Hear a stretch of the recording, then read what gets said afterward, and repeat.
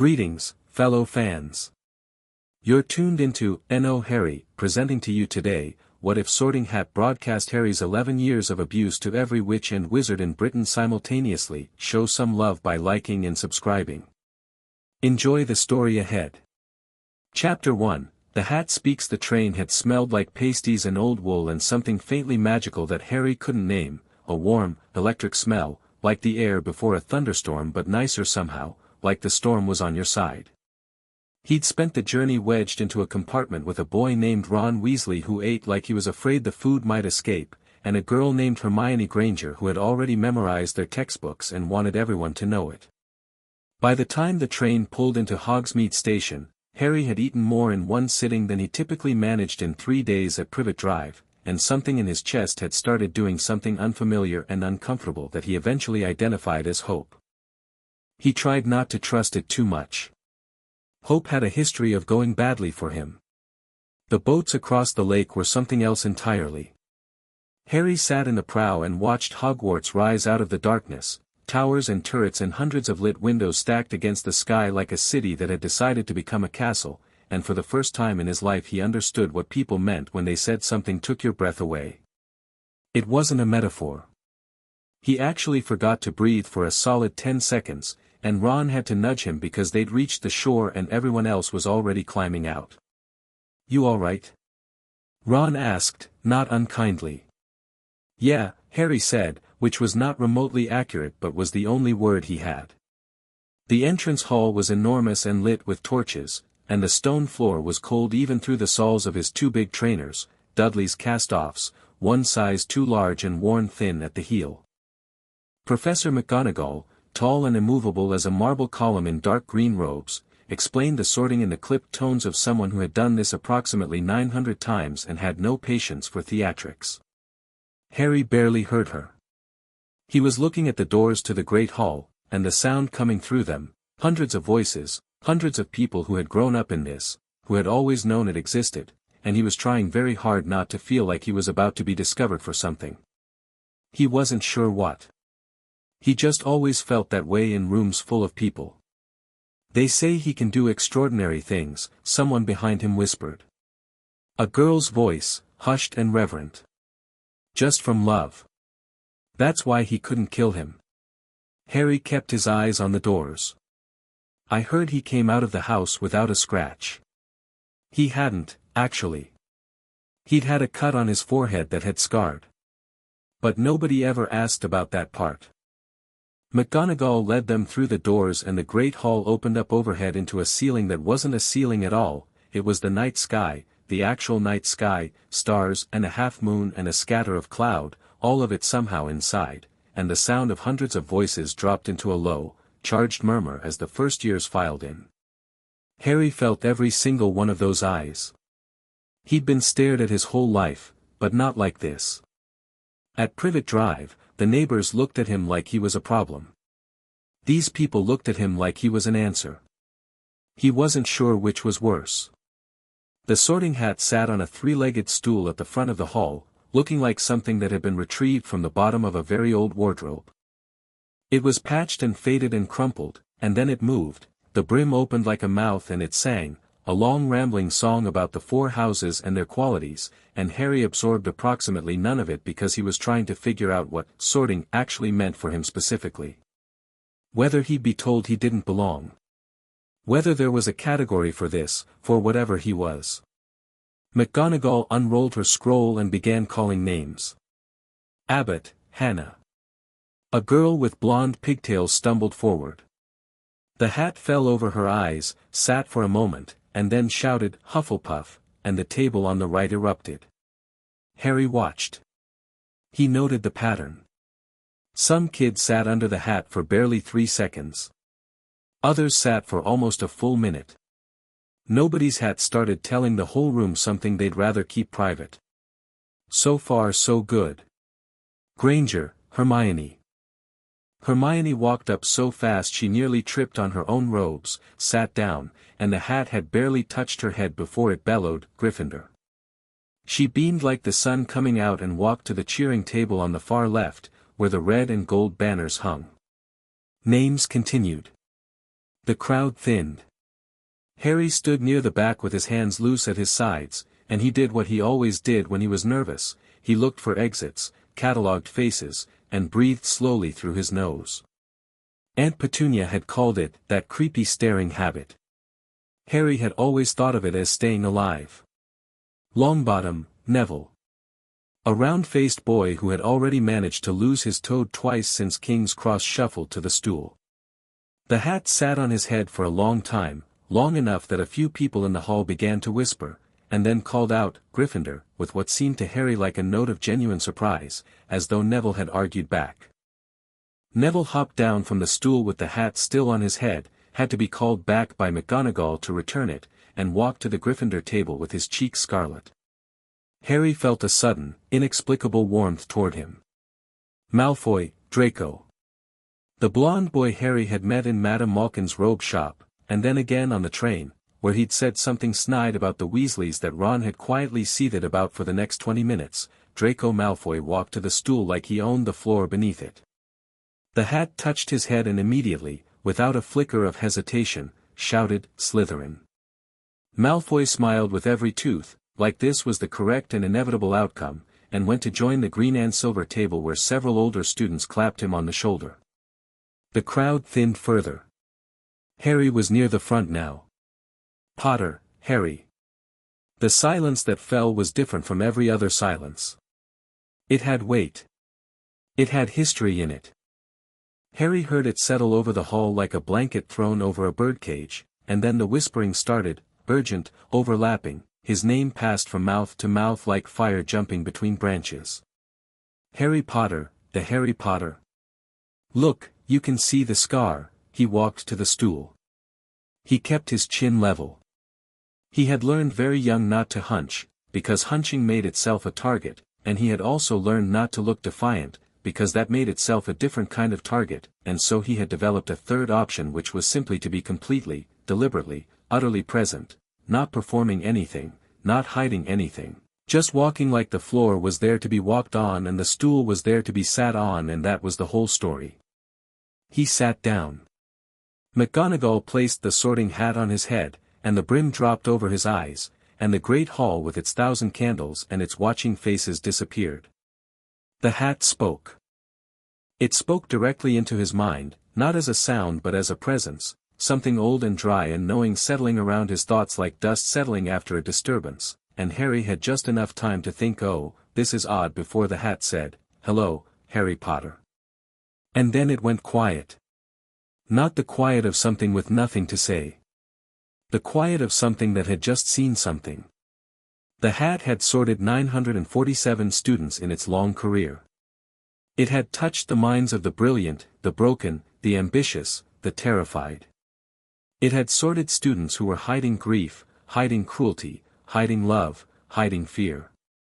It had learned, over centuries, that every human mind was a house with rooms people didn't want examined, and it had developed the courtesy to knock before it entered, to take only what it needed, to leave the rest undisturbed. It reached into Harry Potter's mind, and the first thing it touched was a cupboard door. Small. Dark. The smell of dust and old cleaning products. A cot with a thin blanket. The sound of the family moving around overhead, footsteps, laughter, the television, all of it transmitted through the floorboards as a kind of ambient reminder that there was a world happening that he was not part of. A small boy in this cupboard for, the hat looked closer, years. Not hours. Not days. Years.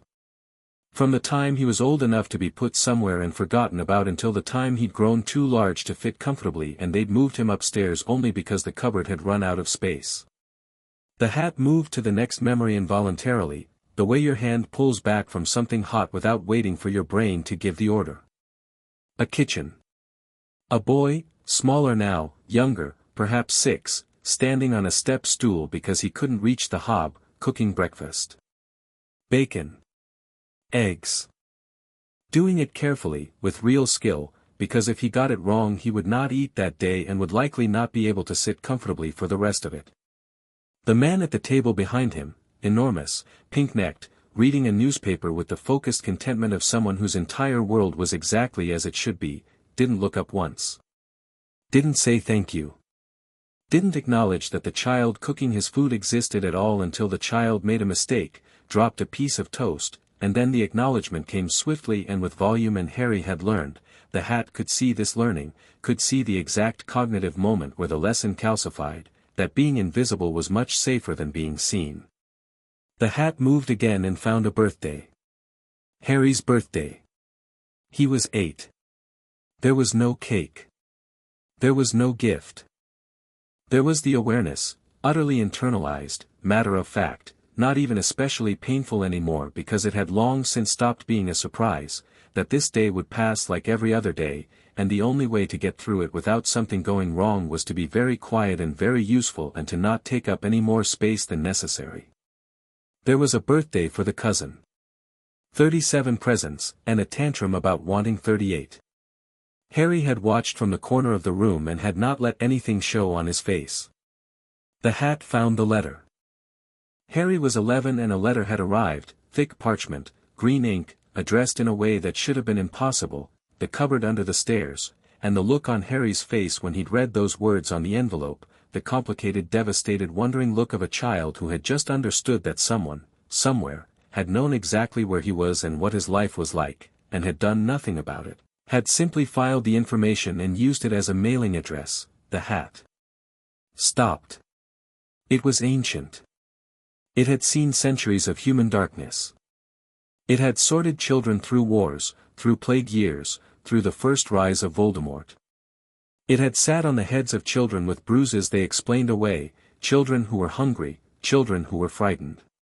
And it had, every single time, processed this information quietly, privately, used it to determine which house would best serve the child's development, and kept its counsel. It had always told itself this was wisdom.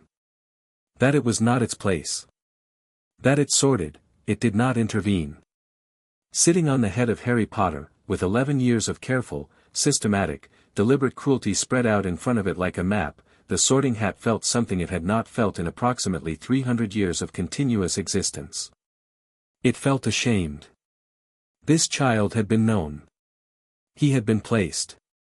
The greatest wizard of the age had stood in front of a house on Privet Drive and made a choice, and the choice had been, this child's suffering is acceptable because it serves a larger purpose. And then the greatest wizard of the age had told himself this was love, called it a protection, and gone back to his castle to wait. The hat thought about the family above the cupboard, about the casual brutality of their ordinary days, about the child who had learned to cook so he wouldn't be hit and to be invisible so he wouldn't be noticed and to expect nothing so he wouldn't be disappointed. It thought about 11 years. It thought about how Harry Potter had walked to this stool with his chin up and his hands loose and his face completely and deliberately neutral, and how that neutrality was not peace, it was armor, forged in a cupboard, hammered into shape over a decade of careful survival.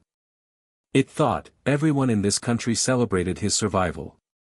Everyone lit their fireworks and drank their toasts and called it a victory. And not one of them asked where he was sleeping. The hat made a decision. It was, as decisions went, unprecedented. The hat was bound by Hogwarts, and Hogwarts was bound by magic that went back to the founders, and none of that magic had ever been intended for what the hat was about to do. But the hat was also very, very old, and it had learned over centuries that rules were made by people and people were fallible, and sometimes, the rule that said stay in your lane was itself the thing doing the damage. It opened up. Not to the Great Hall. Not to the castle. Outward. Through every fireplace, every enchanted wireless set, every magical connection in Britain. Through the hum of wizarding society, the invisible network of spell and tradition and ambient magic that connected every witch and wizard on the island the way a root system connects trees. It broadcast. In the Great Hall, nothing happened for 3 seconds. Then Harry Potter made a sound. Not a loud sound, barely a breath, barely more than the adjustment you make when you lift something heavier than you expected.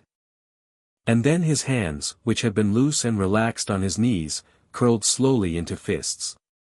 Professor McGonagall stepped forward.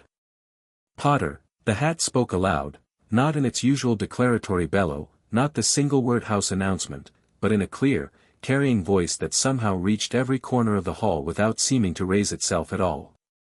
For 1,000 years, it said, I have sorted the children who came to me, and I have kept my silence about what I found. I have believed this was my function. I have believed this was wisdom. A pause. I was wrong. The great hall went very, very still. Harry Potter, the Hat continued, has lived for 11 years in a house where he was kept in a cupboard, fed inadequately, worked as domestic labor, verbally abused daily, and isolated completely from any form of consistent human kindness. This was not an accident. This was not ignorance. This was known. This was chosen.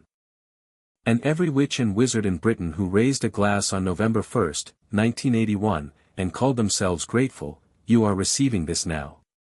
All of it. Every memory. Because you deserve to know exactly what your gratitude cost the child you were grateful to. In the Great Hall, the older students were very still. The first years didn't fully understand what was happening. At the staff table, Dumbledore had gone the color of old parchment, and his hand, Harry would notice later, had moved toward his wand and then stopped. McGonagall had not moved at all. Her face was doing something complicated and terrible. Gryffindor, the Hat said, and took the memories back. Harry sat on the stool for another moment after the hat was lifted. The great hall was completely silent, not the expectant, excited silence from before, but something rawer and stranger, a silence that had substance, that pressed in from all sides. He looked out at hundreds of faces and saw expressions he didn't have immediate words for. A lot of them were staring at him. Some of the older girls had their hands over their mouths. A Hufflepuff boy in third year had gone completely white. Two of the Slytherin prefects were whispering rapidly to each other with tight, urgent faces. Harry got off the stool. He walked to the Gryffindor table with the same walk he'd used coming in, chin level, hands loose, completely present, because he didn't know what else to do, and because whatever had just happened, he hadn't done it, and he refused to apologize for it by walking like he'd done something wrong. Ron had saved him a seat. He didn't say anything. He just moved his bag and slid a plate of rolls toward Harry, and Harry sat down. Thanks, Harry said. Yeah, Ron said. Then, quietly, not looking at him, the cupboard thing is real? Yes. Ron said a word that his mother would have sent a howler for, said it quietly and with great feeling, and then pushed more food toward Harry and didn't say anything else for a while, which was exactly right. Hermione, on Harry's other side, was doing what Harry was already learning was her default state under stress. She was thinking, visibly, her brow furrowed and her eyes moving rapidly over the middle distance as though she was reading something only she could see. After a moment she said, "That was the hat. It did something. I've never read about anything like that in Hogwarts, a history. It used the magical resonance network. It must have." She stopped. Looked at Harry. Seemed to remember herself. "Are you all right?" It was, Harry thought, a deeply strange question given that nothing that had happened tonight had actually hurt him. He'd been fine for 11 years. He was fine now. "I'm fine," he said. "You don't have to say that. I'm not saying it to be polite. I'm actually fine."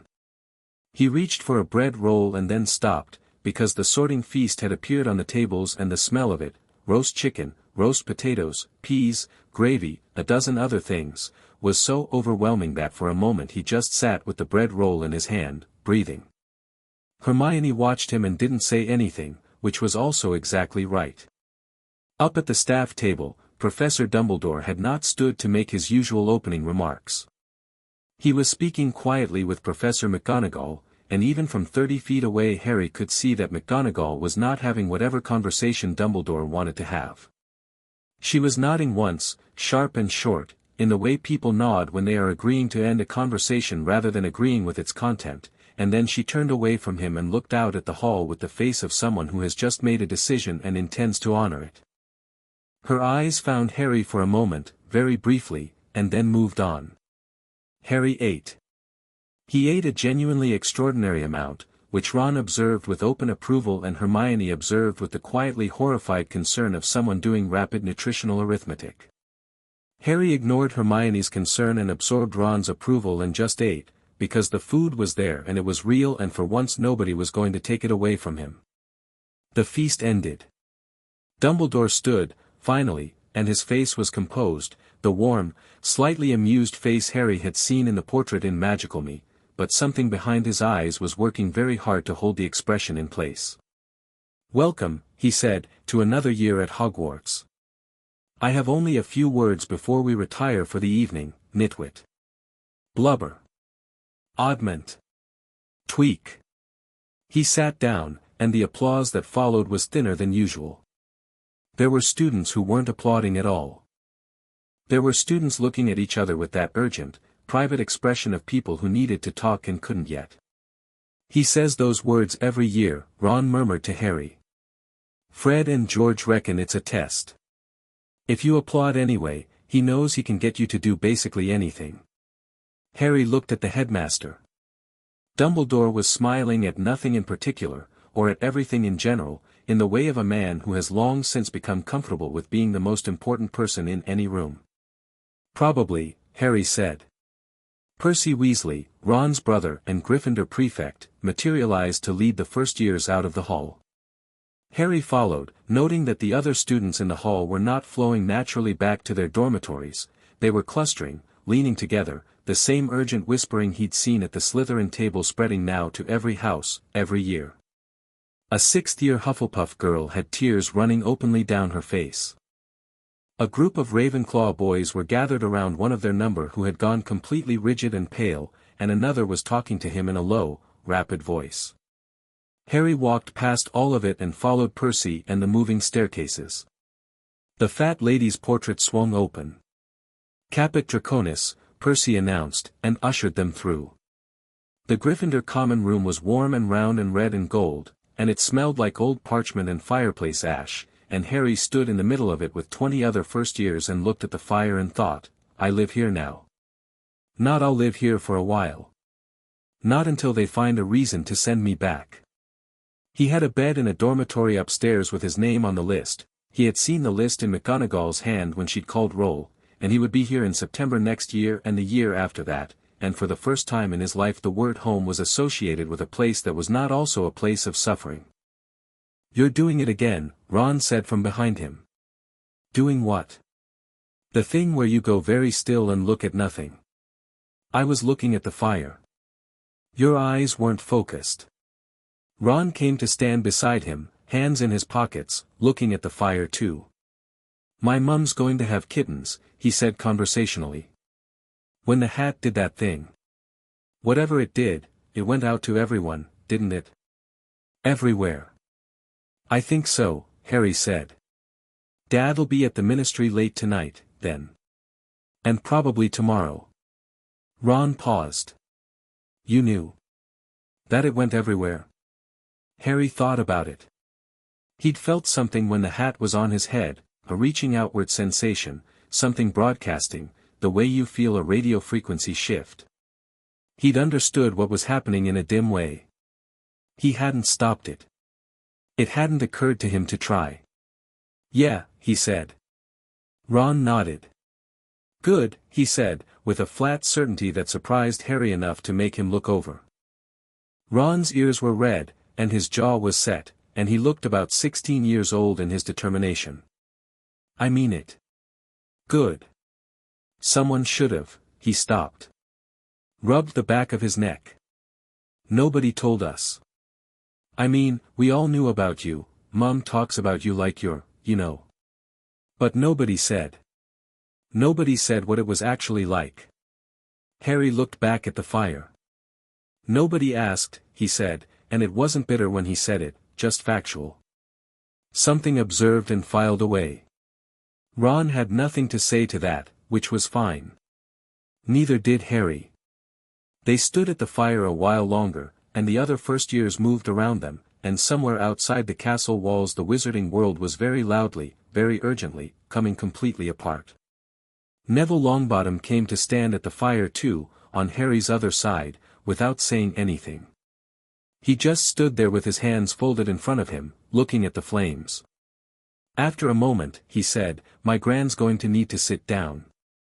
"Yeah," Harry said. "She cries when she talks about your mum."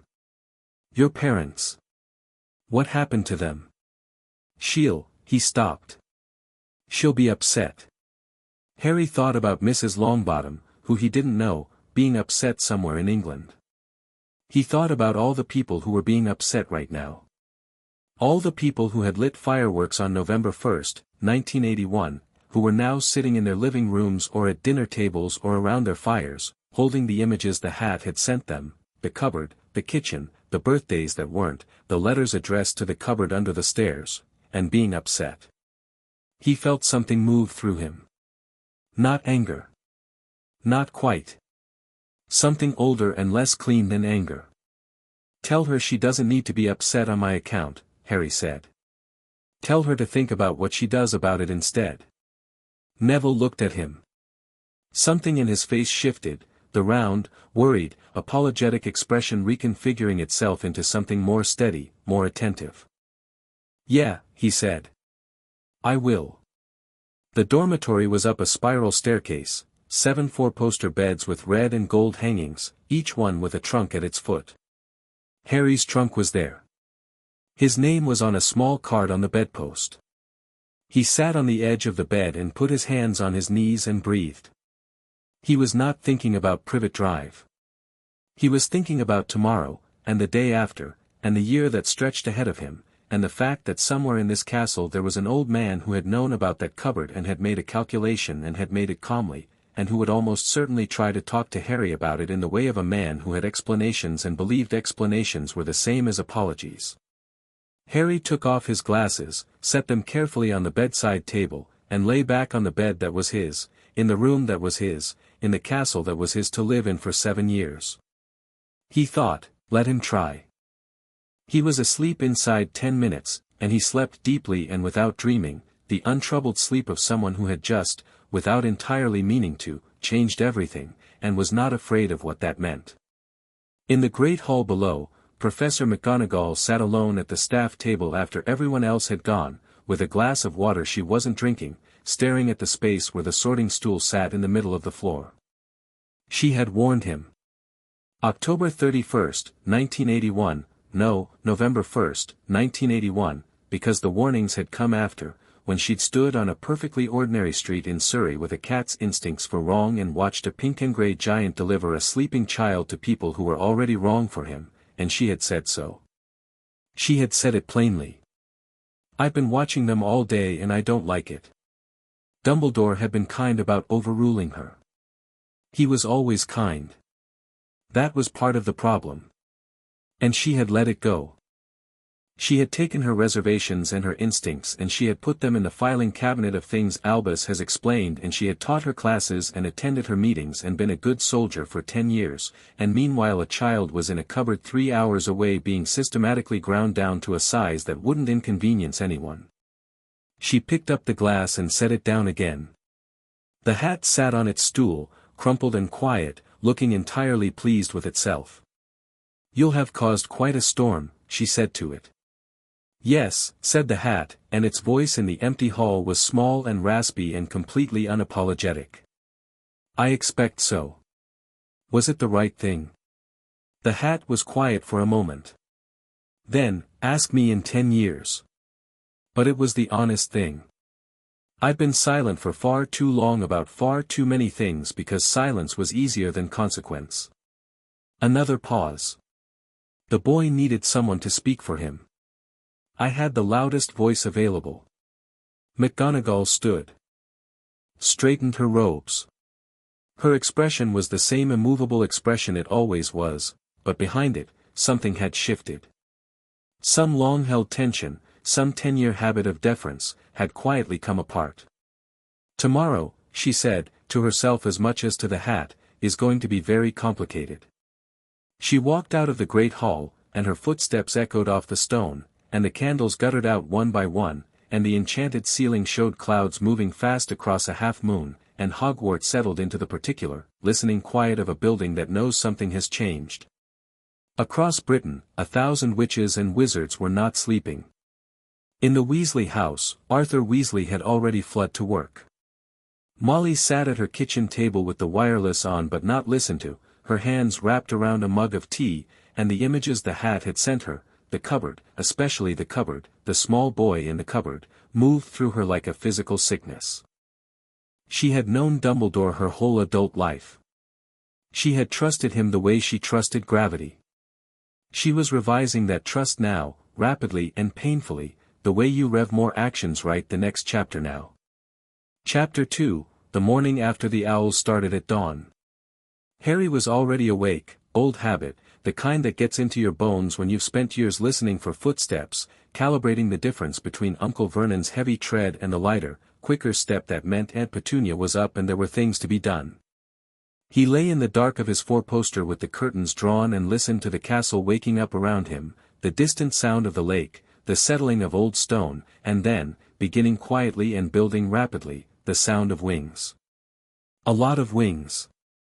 He pulled back one curtain and looked at the window. 3 owls jostling for perch space on the exterior ledge. Then 2 more arriving behind them. Then something larger, a ministry bird, gray and official looking with a red seal on its leg, swooping past and heading for somewhere else in the castle.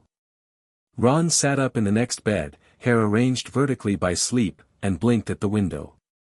"Bloody hell," he said, and that appeared to be his complete assessment of the situation. "Your family, probably," Harry said.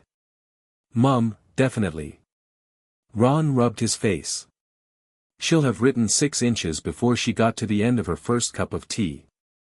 He looked at Harry sideways. "You all right? You asked me that last night. I'm asking again." Harry considered the question with the same pragmatic honesty he'd applied to it the first time. He was rested, which was unusual. He was not hungry, which was also unusual and was entirely the fault of the sorting feast. He was in a castle that belonged to him as much as anyone, about to start the first year of an education nobody could take back, and the thing that happened last night had happened and was done and he hadn't caused it. The hat had made its choices. The world was reacting. "Yeah," he said. "I genuinely am." Ron nodded, apparently satisfied, and went to claim the bathroom before Seamus Finnegan could get there first. The common room downstairs was already loud when they came down. The older students were up early. Harry noticed several of them had clearly been up all night, or had at least slept very little, with that particular hollow-eyed intensity of people who had been processing something and hadn't quite finished. A group of fourth-year girls were clustered around a copy of the morning's Daily Prophet which hadn't even arrived yet through normal channels. One of them had a father who worked in the printing department, apparently, and had sent a copy ahead with a personal owl. Harry didn't try to read it over their shoulders. He didn't need to. He could read the story in their faces. Hermione was already at a table near the window, the only first year to have made it down before them, with a stack of parchment and what appeared to be notes she'd taken last night on the hat's capabilities and a tentative theory about the magical resonance network that she was developing through aggressive underlining. She looked up when they sat down. "I've been thinking," she said. "Shocker," Ron said. She ignored this. "The hat used something called ambient resonance casting. It's not in Hogwarts, a history, but I found a reference in the magical theory of collective consciousness in the library last night." She caught Harry's expression.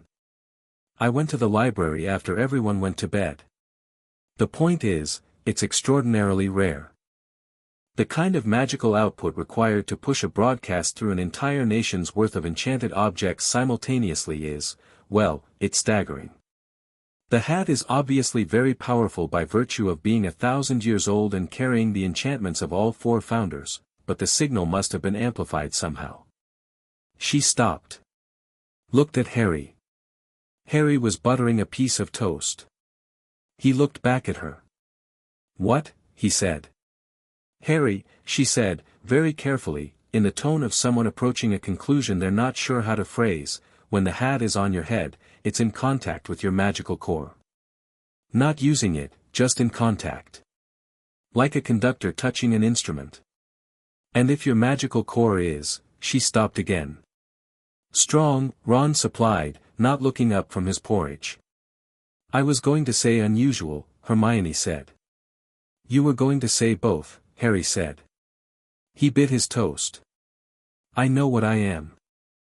I've known something was different about me since I was 7 and accidentally ended up on the school roof running away from Dudley's gang. He said this completely without drama.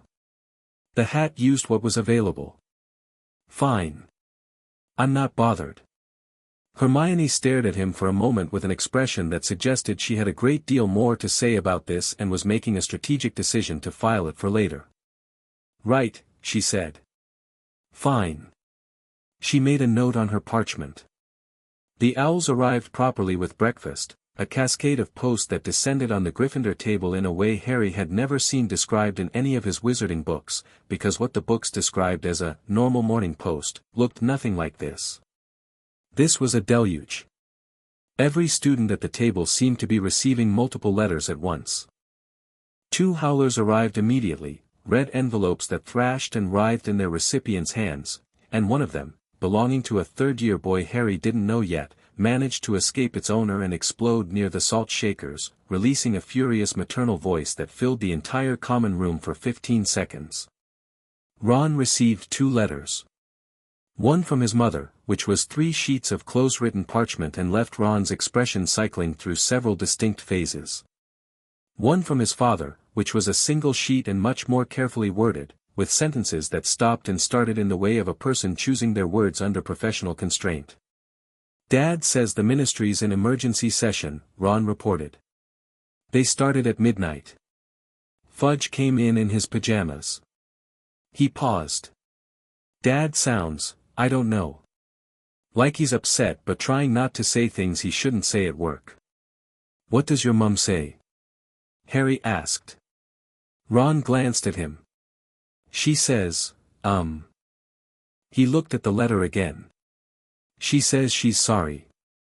To you. If you wanted to meet. Or. He folded the letter quickly. She says a lot of things. She's Mum. Harry thought about Mrs. Weasley being sorry to him. He thought about the enormous Weasley family, 7 kids, an overflowing house, clearly not much money but clearly not much shortage of warmth either, and he thought that in a different set of choices, different circumstances, he might have grown up knowing families like that. He filed the thought without emotion, the way he'd learned to handle anything that pulled in the direction of what could have been. Tell her thanks, he said. I mean it. He had no letters himself. This made sense, there was no one to write to him, and he'd only been here one night, but it sat oddly at the table among the avalanche of correspondence, his empty place setting a small punctuation mark in all the noise. Neville had 3 letters, all with official-looking ministry seals.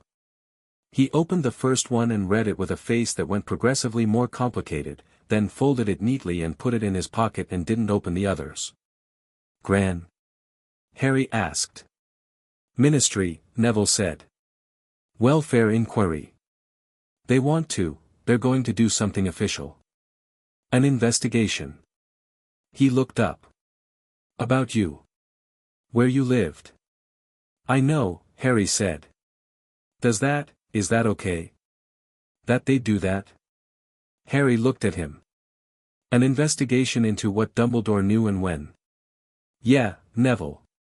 That's okay. He took a sip of pumpkin juice. That's actually fine with me. Neville nodded slowly, and the something steady that had appeared in his face last night settled in a little more permanently. The staff meeting was called for 7 in the morning, before classes, in Dumbledore's office. McGonagall arrived first, because she was always early to everything, and stood by the window while the other heads of house filed in. Flitwick, small and neat and with an expression of barely contained agitation. Sprout, who had clearly cried and was clearly not going to mention it. Snape, who wore his usual expression of layered contempt but whose black eyes were moving with the particular calculation of a man rapidly reassessing a situation. Dumbledore sat behind his desk with his long fingers laced together and looked at nothing in particular, which he did when he was thinking and did not wish to give any indication of what he was thinking about. He waited until everyone was seated. Last night, he began. No, McGonagall said. Everyone in the room looked at her. Dumbledore looked at her. She met his eyes without any difficulty. No, he said, mild as milk.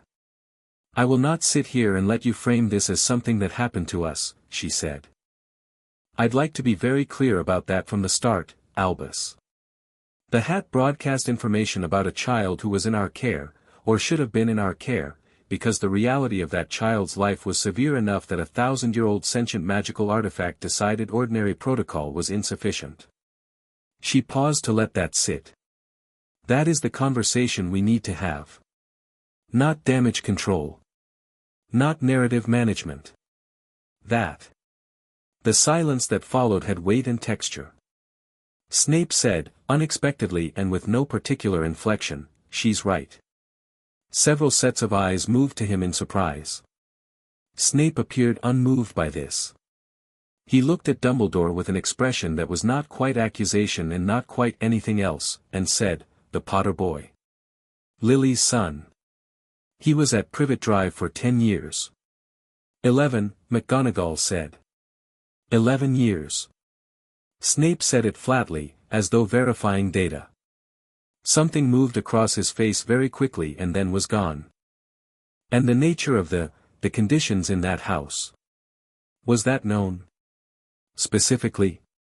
Dumbledore said, after a pause, the blood protection required, Albus, McGonagall said. Another pause. The portraits on the walls were all wide awake and watching with the avid, barely restrained energy of people who have information they will absolutely share with anyone who asks.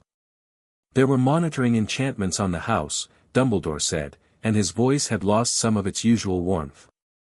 It was still careful, he was always careful, but the warmth had been replaced by something more deliberate. I was aware that Harry's upbringing was not optimal. Not optimal, Sprout repeated. Her voice was very quiet. The blood protection was anchored in Petunia Dursley's acceptance of Harry as family. If Harry had been removed, the blood protection is not a fixed law, McGonagall said. It's a charm of your own devising, Albus. Charms can be modified. Alternatives could have been explored. She was looking at him with the expression she usually reserved for students who had failed something they knew better than to fail. You chose not to explore them. Dumbledore did not look away from her. His eyes, which were usually warm or twinkling or some variation of benevolent, were today just tired, the tired of someone who has held a position for a long time and is accustomed to the position holding. What I chose, he said quietly, was made in the belief that it was necessary for Harry to be raised outside our world. Untouched by the fame and the weight of expectation. Kept humble, kept grounded, kept in a cupboard, McGonagall said. The words landed in the room like something thrown. Dumbledore was quiet for a moment. I did not intend, I'm sure you didn't. Her voice was steady, which somehow made it worse. You intended a modest upbringing. You intended someone unaffected by celebrity. What you got was a child in inadequate conditions who was not in a position to tell you it was inadequate because he had never been told he had the right to expect better. She folded her hands on the table. The intent and the outcome are not the same thing, Albus. We do not grade by intent. Another silence. Flitwick was looking at the desk. Sprout had composed herself with effort. Snape was looking out the window. The Ministry, Dumbledore said, redirecting. Harry would have recognized the technique if he'd been there, the smooth pivot to logistics when the personal became too exposing, will want answers. Cornelius has already sent 2 owls. There will be an inquiry, good, McGonagall said. Minerva, good, she repeated, in the same tone, with no modification. There should be an inquiry. We should cooperate fully with it. And in the meantime, I would like to discuss what changes are being made immediately to ensure that Harry Potter has what he actually needs while he is a student in this school. A brief pause from Dumbledore. Then, of course. He'll need access to the school counselor. I'll speak to Pomfrey about whether that falls under her remit or whether we need to arrange someone specifically. He'll need the assurance, explicitly given, that the information about his home life is known to staff and does not need to be hidden or managed. He'll need, she stopped. Looked around the table. He's 11. He needs to be allowed to be 11. Without someone treating him like a symbol. She let that land where it needed to land. Snape said nothing, but something in his posture shifted almost imperceptibly. I'll speak with Harry this morning, McGonagall concluded. Privately, and briefly. Not a lengthy conversation, he doesn't need to process anything aloud at anyone's behest. Just, I want him to know where I stand. Dumbledore nodded. His expression had settled into something more careful, more considered. He was, Harry would later think, genuinely trying, that was the complicated truth about him. He was not a man who didn't care.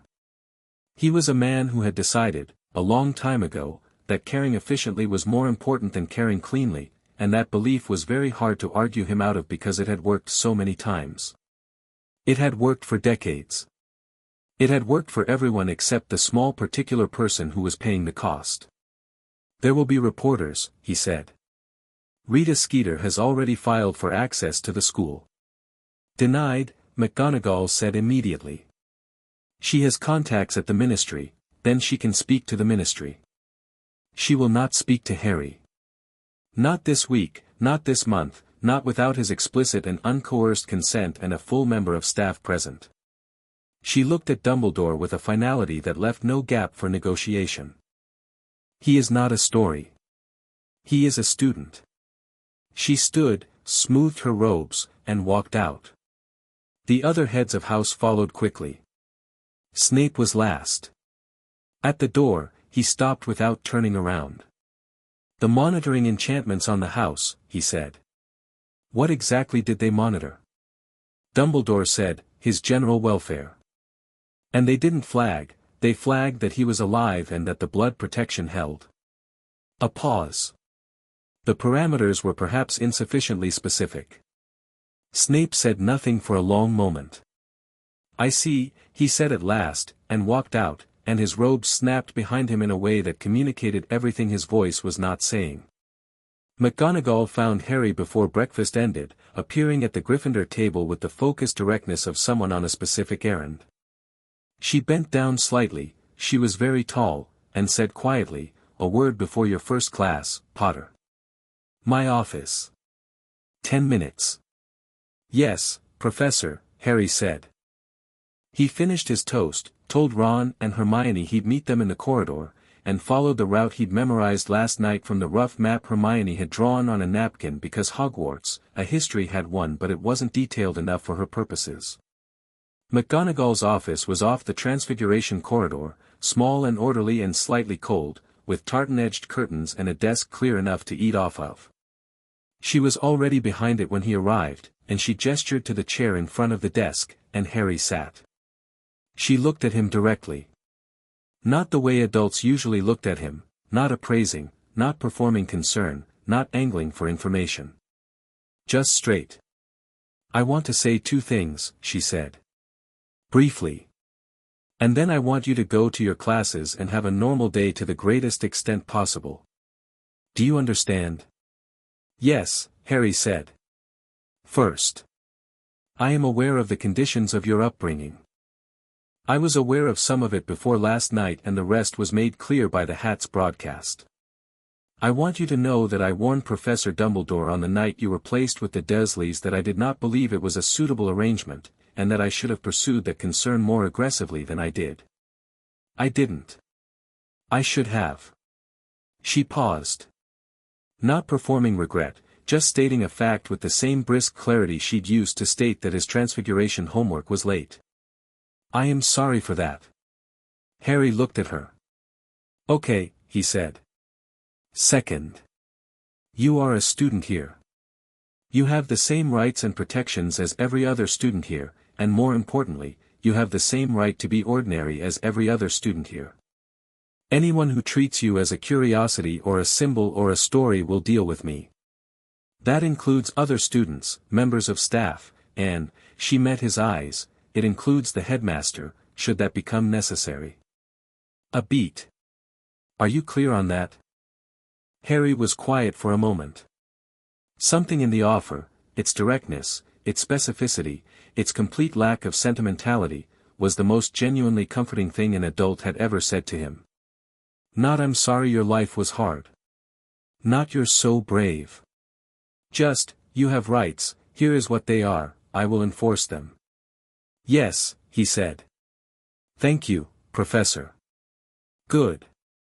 She straightened a stack of parchment that was already straight. "Off you go." He went. Transfiguration was first. McGonagall transformed her own desk into a pig and back again in the first 3 seconds of class, which established the terms of the subject with admirable efficiency, and then set them to turning matchsticks into needles. Harry had never done intentional magic before, wand-directed, structured, incantation-driven magic as opposed to the accidental bursts he'd been generating since infancy, and he approached the matchstick with genuine interest. He had it on his 3rd try. Clean, whole, slightly gleaming. McGonagall walked down the row and her eyes flicked to it and she said, without inflecting anything particularly, "Well done, Potter," and moved on. Harry noted that she gave exactly the same 2-word acknowledgement to 3 other students who succeeded, and not to Neville, who produced something halfway between a matchstick and a needle that was genuinely interesting if not technically correct. He liked the consistency of it. He liked that she didn't make anything of him. Hermione had hers by the 2nd try. Ron managed it eventually. Neville's matchstick turned silver at one end and he looked at it with cautious satisfaction. History of Magic was a disaster in an entirely predictable way. Professor Binns was, as advertised, a ghost who taught like a man who had long since stopped noticing whether anyone was listening, and Harry spent 40 minutes taking notes in the same methodical way he'd observed everything in his life, with the instinct that information was always useful even when its source was boring. Ron had fallen asleep before the 20-minute mark. Hermione's quill had not stopped moving. Charms was small and quick-gestured and interesting. Flitwick beamed at all of them impartially and demonstrated the basics of wand movement with an energy that suggested he genuinely loved what he did, and Harry found himself leaning forward in his seat without meaning to. It was between charms and lunch that it got complicated. The corridors of Hogwarts were wide but not wide enough to make invisibility easy, and Harry was very visible. He had always been visible in certain ways, the scar was not subtle and people's eyes went to it involuntarily, but this was different. This was the visibility of someone who has had a private thing made public, and the people in the corridor were managing their awareness of this with varying degrees of grace. Some were fine. Some of the older Gryffindors nodded at him with the sort of direct, uncomplicated acknowledgement that said I know and I'm not going to make it weird. A group of Hufflepuff second years moved past him without staring, which was actually better than before because people had definitely been staring at the scar before, and now at least the staring had context. Others were less fine. A Ravenclaw girl 2 years above him stopped completely in the middle of the corridor and looked at him with her eyes full, and he had to step around her, and she said, "I'm so sorry," to his back, and he said, "Thanks," and kept walking because stopping to process people's feelings about his life was not something he had the architecture for and also wasn't his job. The Slytherin table at lunch was the most interesting. Draco Malfoy was sitting with his friends, Crabbe, Goyle, a girl named Pansy Parkinson who had the sharp, watchful eyes of someone who understood social dynamics as a survival tool, and he was watching Harry across the hall with an expression that wasn't the disdain Harry had expected. It was something more calculating. More unsettled. Harry looked back without blinking until Malfoy looked away first. Ron noticed. "What's Malfoy's problem?" "He's thinking," Harry said. "About what?" "About which side of this is better to be on." Harry picked up his fork. "He hasn't decided yet." Ron looked at him. "That's a very specific thing to say about someone you met 2 days ago." "I've met people like him before," Harry said. "Everyone who looked at me growing up, the neighbors, the teachers who didn't ask questions, Dudley's friends, they all did the same calculation. Is this my problem or isn't it? Most of them decided it wasn't." He ate. "Malfoy's deciding."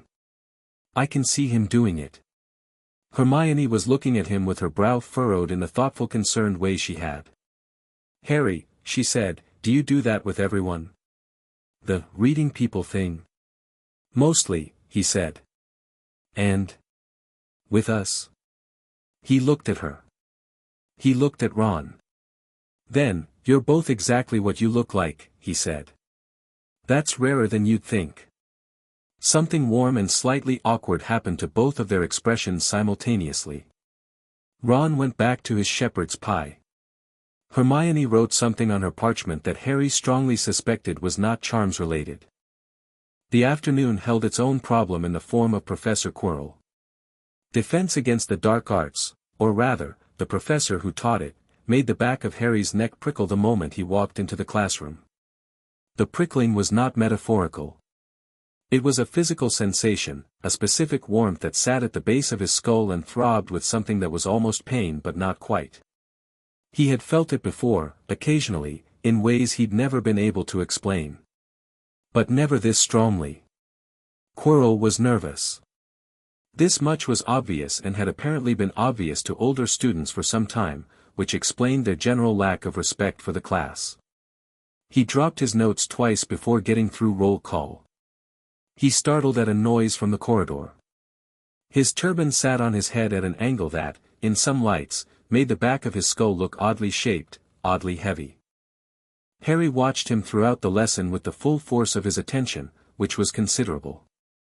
At one point Quirrell's eyes met his across the classroom and the professor went very still for a moment, a specific kind of still, the still of something alarmed, before saying, too loudly and too quickly, now then, the incantation for the knockback jinx, and turning back to the board.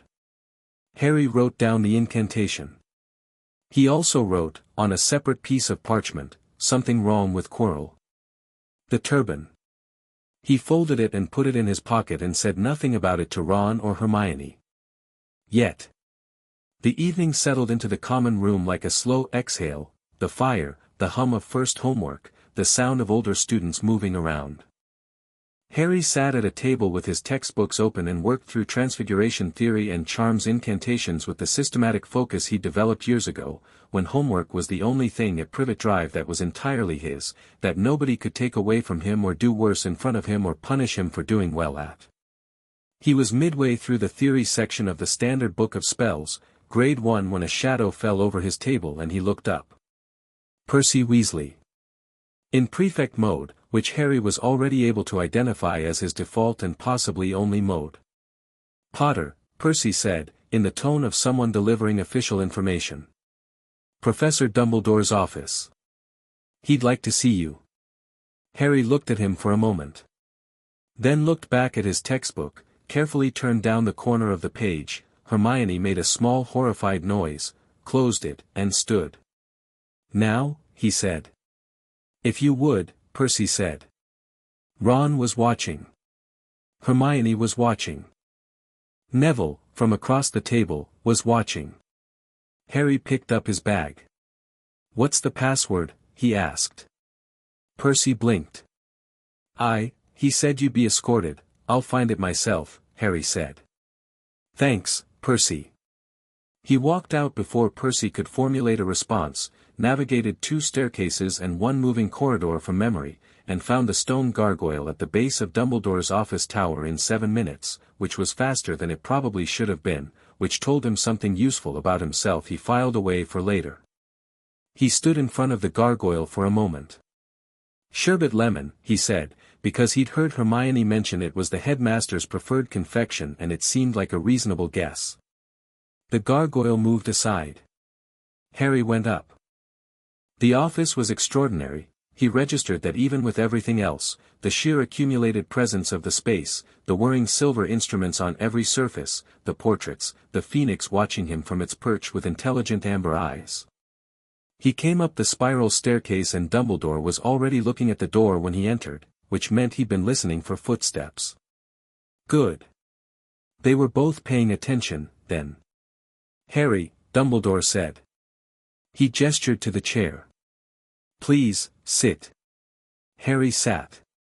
He looked at the desk between them, cleared of most things, just a small dish of sweets and a low-burning candle, and then looked at Dumbledore and waited.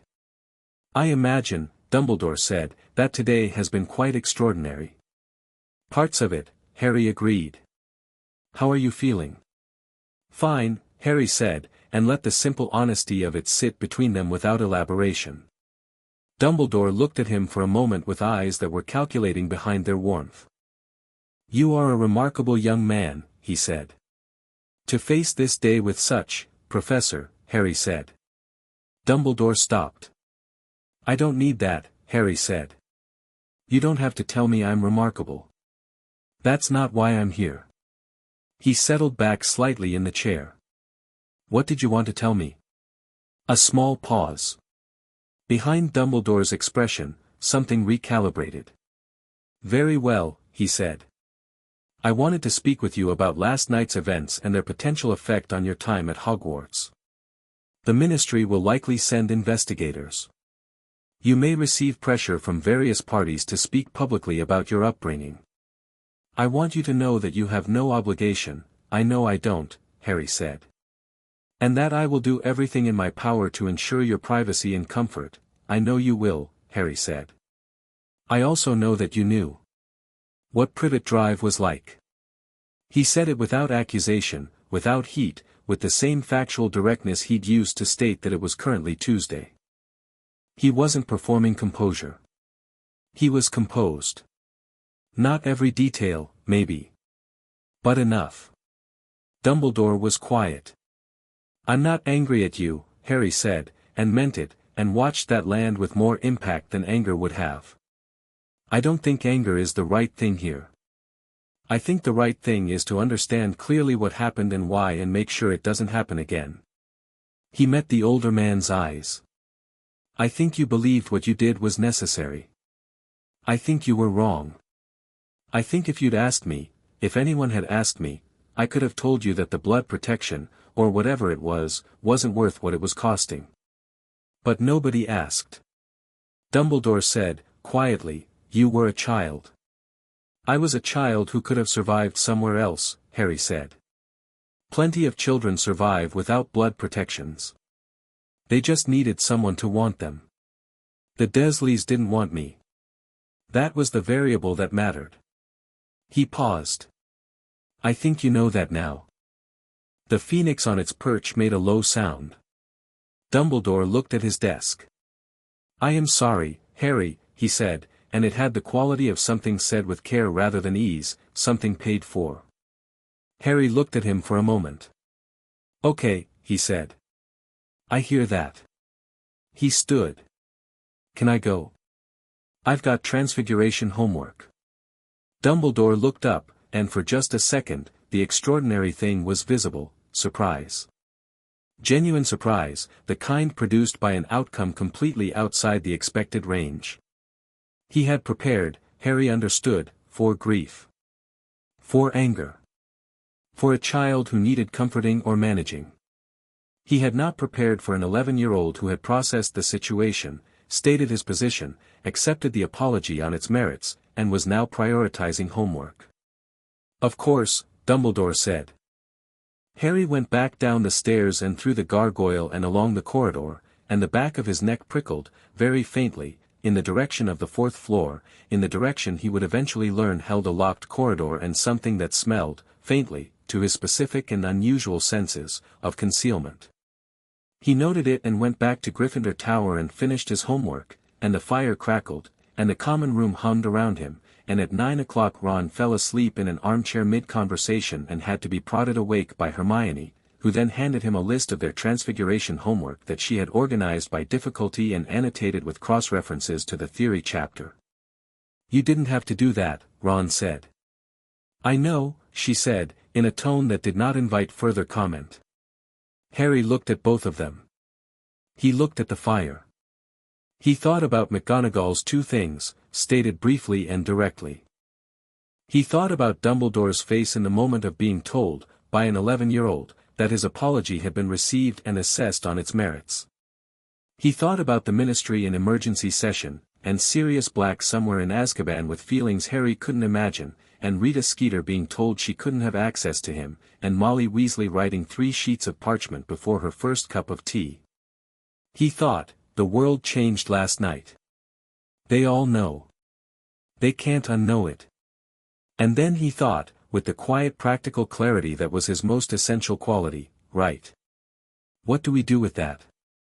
The fire popped. Ron's annotated list slid off the arm of the chair. Hermione caught it without looking up. Tomorrow there were classes. Tomorrow there was a world to learn and a mystery on the 4th floor that smelled like something hidden, and a defense professor who went rigid when Harry looked at him too long, and a school full of people figuring out who Harry Potter actually was now that they knew what his life had actually been. Harry Potter had spent 11 years being defined by a single night he couldn't remember. He was ready, now, to be defined by the ones he could. Chapter 3, The Weight of a Name. The first week of classes established something that Harry found genuinely interesting: magic, it turned out, was not equally distributed.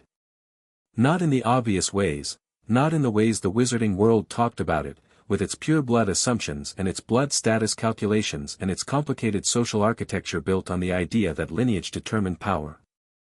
It was distributed unevenly in a more fundamental way, the way talent for anything was distributed. Some people had an ear for it, some didn't, some had to work and some didn't have to work as hard, and a very few rare ones had something else entirely, something that wasn't just talent but was closer to fluency. As though magic was a language their brains had always been thinking in and they were only now being given the vocabulary. Harry was in this last category and he knew it, and he didn't perform humility about it, and he didn't perform arrogance either. He just worked. By the end of the first week he had the Wingardium Leviosa incantation clean and consistent on the 3rd try. By the end of the 2nd week he had begun to understand, dimly, that the incantation was actually secondary. It was a focusing tool, a channel, a way of giving intention a specific shape, and that if he concentrated precisely enough the magic wanted to move anyway. He kept this observation to himself. He wrote it in a small notebook he'd bought in Diagon Alley and kept separate from his school books. Hermione noticed everything because Hermione noticed everything. "You're doing something different with the wand movement," she said, on Thursday of the 2nd week, watching him levitate a feather during charms practice. "The textbook says the swish should have a full follow-through and yours doesn't. It's more like," she tilted her head, "a suggestion." "Does it work?" Harry said. The feather was 3 feet off the desk and spinning slowly. "Yes," Hermione conceded. "Then I'll figure out why later," Harry said. Flitwick had been standing slightly to the left of them during this exchange. He moved away without commenting, but Harry noticed him watching the feather spin with an expression of very controlled professional interest. Ron's magic was different from Harry's in the best possible way. When it worked, with a kind of whole-body commitment that suggested his whole self went into it and not just his wand hand. When it didn't work, it fell apart completely. There was no half measure with Ron. Harry found this deeply appealing. "The thing is," Ron said, on the morning of their 3rd Saturday, lying on his back in the dormitory staring at the ceiling while Harry read and Seamus and Dean had some kind of ongoing argument about Quidditch that had been running for 4 days, "the thing is, I've always known magic doesn't come as naturally to me as it does to Fred and George. Or Percy. Percy's technically perfect at everything." "You're magically committed," Harry said, without looking up from his book. "What? When your spells work, they really work. You don't hedge." He turned a page. "That's harder to teach than technique." Ron was quiet for a moment. "Did you just say something genuinely nice about my magic?" "I said something accurate about your magic." "Harry Potter, secretly a softie," Ron announced to the ceiling. "Tell anyone and I'll transfigure your chess set." "You can't yet. Give me a week." Ron laughed, the uncomplicated, full-volume laugh that Harry had already catalogued as one of his favorite sounds because it was one of the most purely genuine things he'd encountered, and rolled off the bed to go find breakfast, and Harry went back to his book, and outside the window the Scottish mountains were doing something spectacular with early morning light that neither of them commented on. The castle had its own rhythms and Harry learned them quickly, which staircases moved on the hour, which portraits were informative versus decorative, which corridors went cold in the afternoon and why, which teachers walked which routes to their classrooms. He learned which of the older students were navigating the post-broadcast world with grace and which weren't, and he filed this information with the same neutral interest he applied to everything. What he hadn't anticipated was becoming, by the third week, a kind of unofficial center of gravity. It wasn't organized. Nobody declared it. It simply happened the way these things do, through the accumulated weight of small choices, students sitting near him at lunch not because they were seeking anything specific but because the space around him had a particular quality, a lack of performance, that was restful. Neville was there almost always, solidly and without comment. A quiet Hufflepuff girl named Susan Bones, whose aunt worked in the magical law enforcement office at the ministry and had apparently been in emergency sessions 3 nights running, started sitting across from Harry at breakfast with the specific manner of someone who had information they were wrestling with. He didn't push. After 4 days she said, unprompted, "My aunt thinks the investigation is going to implicate multiple ministry departments. Not just Dumbledore. People who were supposed to check in on you and didn't." "I figured," Harry said. "She's not, she's trying to be careful about what she says to me because I'm 11 and a student. But she wanted me to know." Susan looked at him steadily. She had an open, careful face. "She wanted me to tell you, specifically, that she's sorry. Personally. Not as a ministry official." Harry thought about this. "Tell her I said, then do something about it. Personally." Susan looked at him for a moment, and then something in her face settled into a kind of resolution, and she nodded and went back to her eggs. The Slytherin situation developed more slowly and more interestingly. Malfoy had been running his usual social operation, the careful establishment of hierarchy, the selection of allies, the management of perceived enemies, but something had shifted in its execution. He was still performing, still managing, but the calculation Harry had watched him doing at the sorting had not resolved itself cleanly, and it showed in the slightly too studied way he ignored Harry in corridors and the fractional pause before he made certain comments in certain company. The first real collision came in potions. Snape's dungeon was cold and smelled of things Harry couldn't name, and the lesson had barely started before it became clear that potions was structured as a social performance as much as an academic one.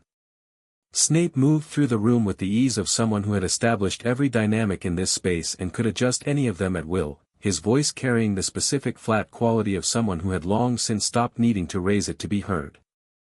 He asked Harry a question. This was theater. Harry understood it immediately, the rapid-fire questions designed to disorient, to establish that fame was not currency here, to make a point about knowledge and its value and who, in this room, was the arbiter of both. He could see Snape setting it up from the second question onward.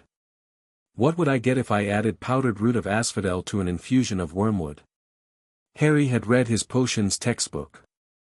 He had also read 2 additional books on potion theory from the library because the textbook had referenced them and Hermione had pointed them out and he had found them genuinely interesting. Draught of Living Death, he said. It's an extremely powerful sleeping potion. The asphodel and wormwood combination produces a base suspension that, where would you look, Snape continued, riding over the answer, if I asked you to find me a bezoar? Stomach of a goat, Harry said. They counteract most poisons. There's one in the supply cabinet behind you, actually. 3rd shelf. A beat of silence. Very brief.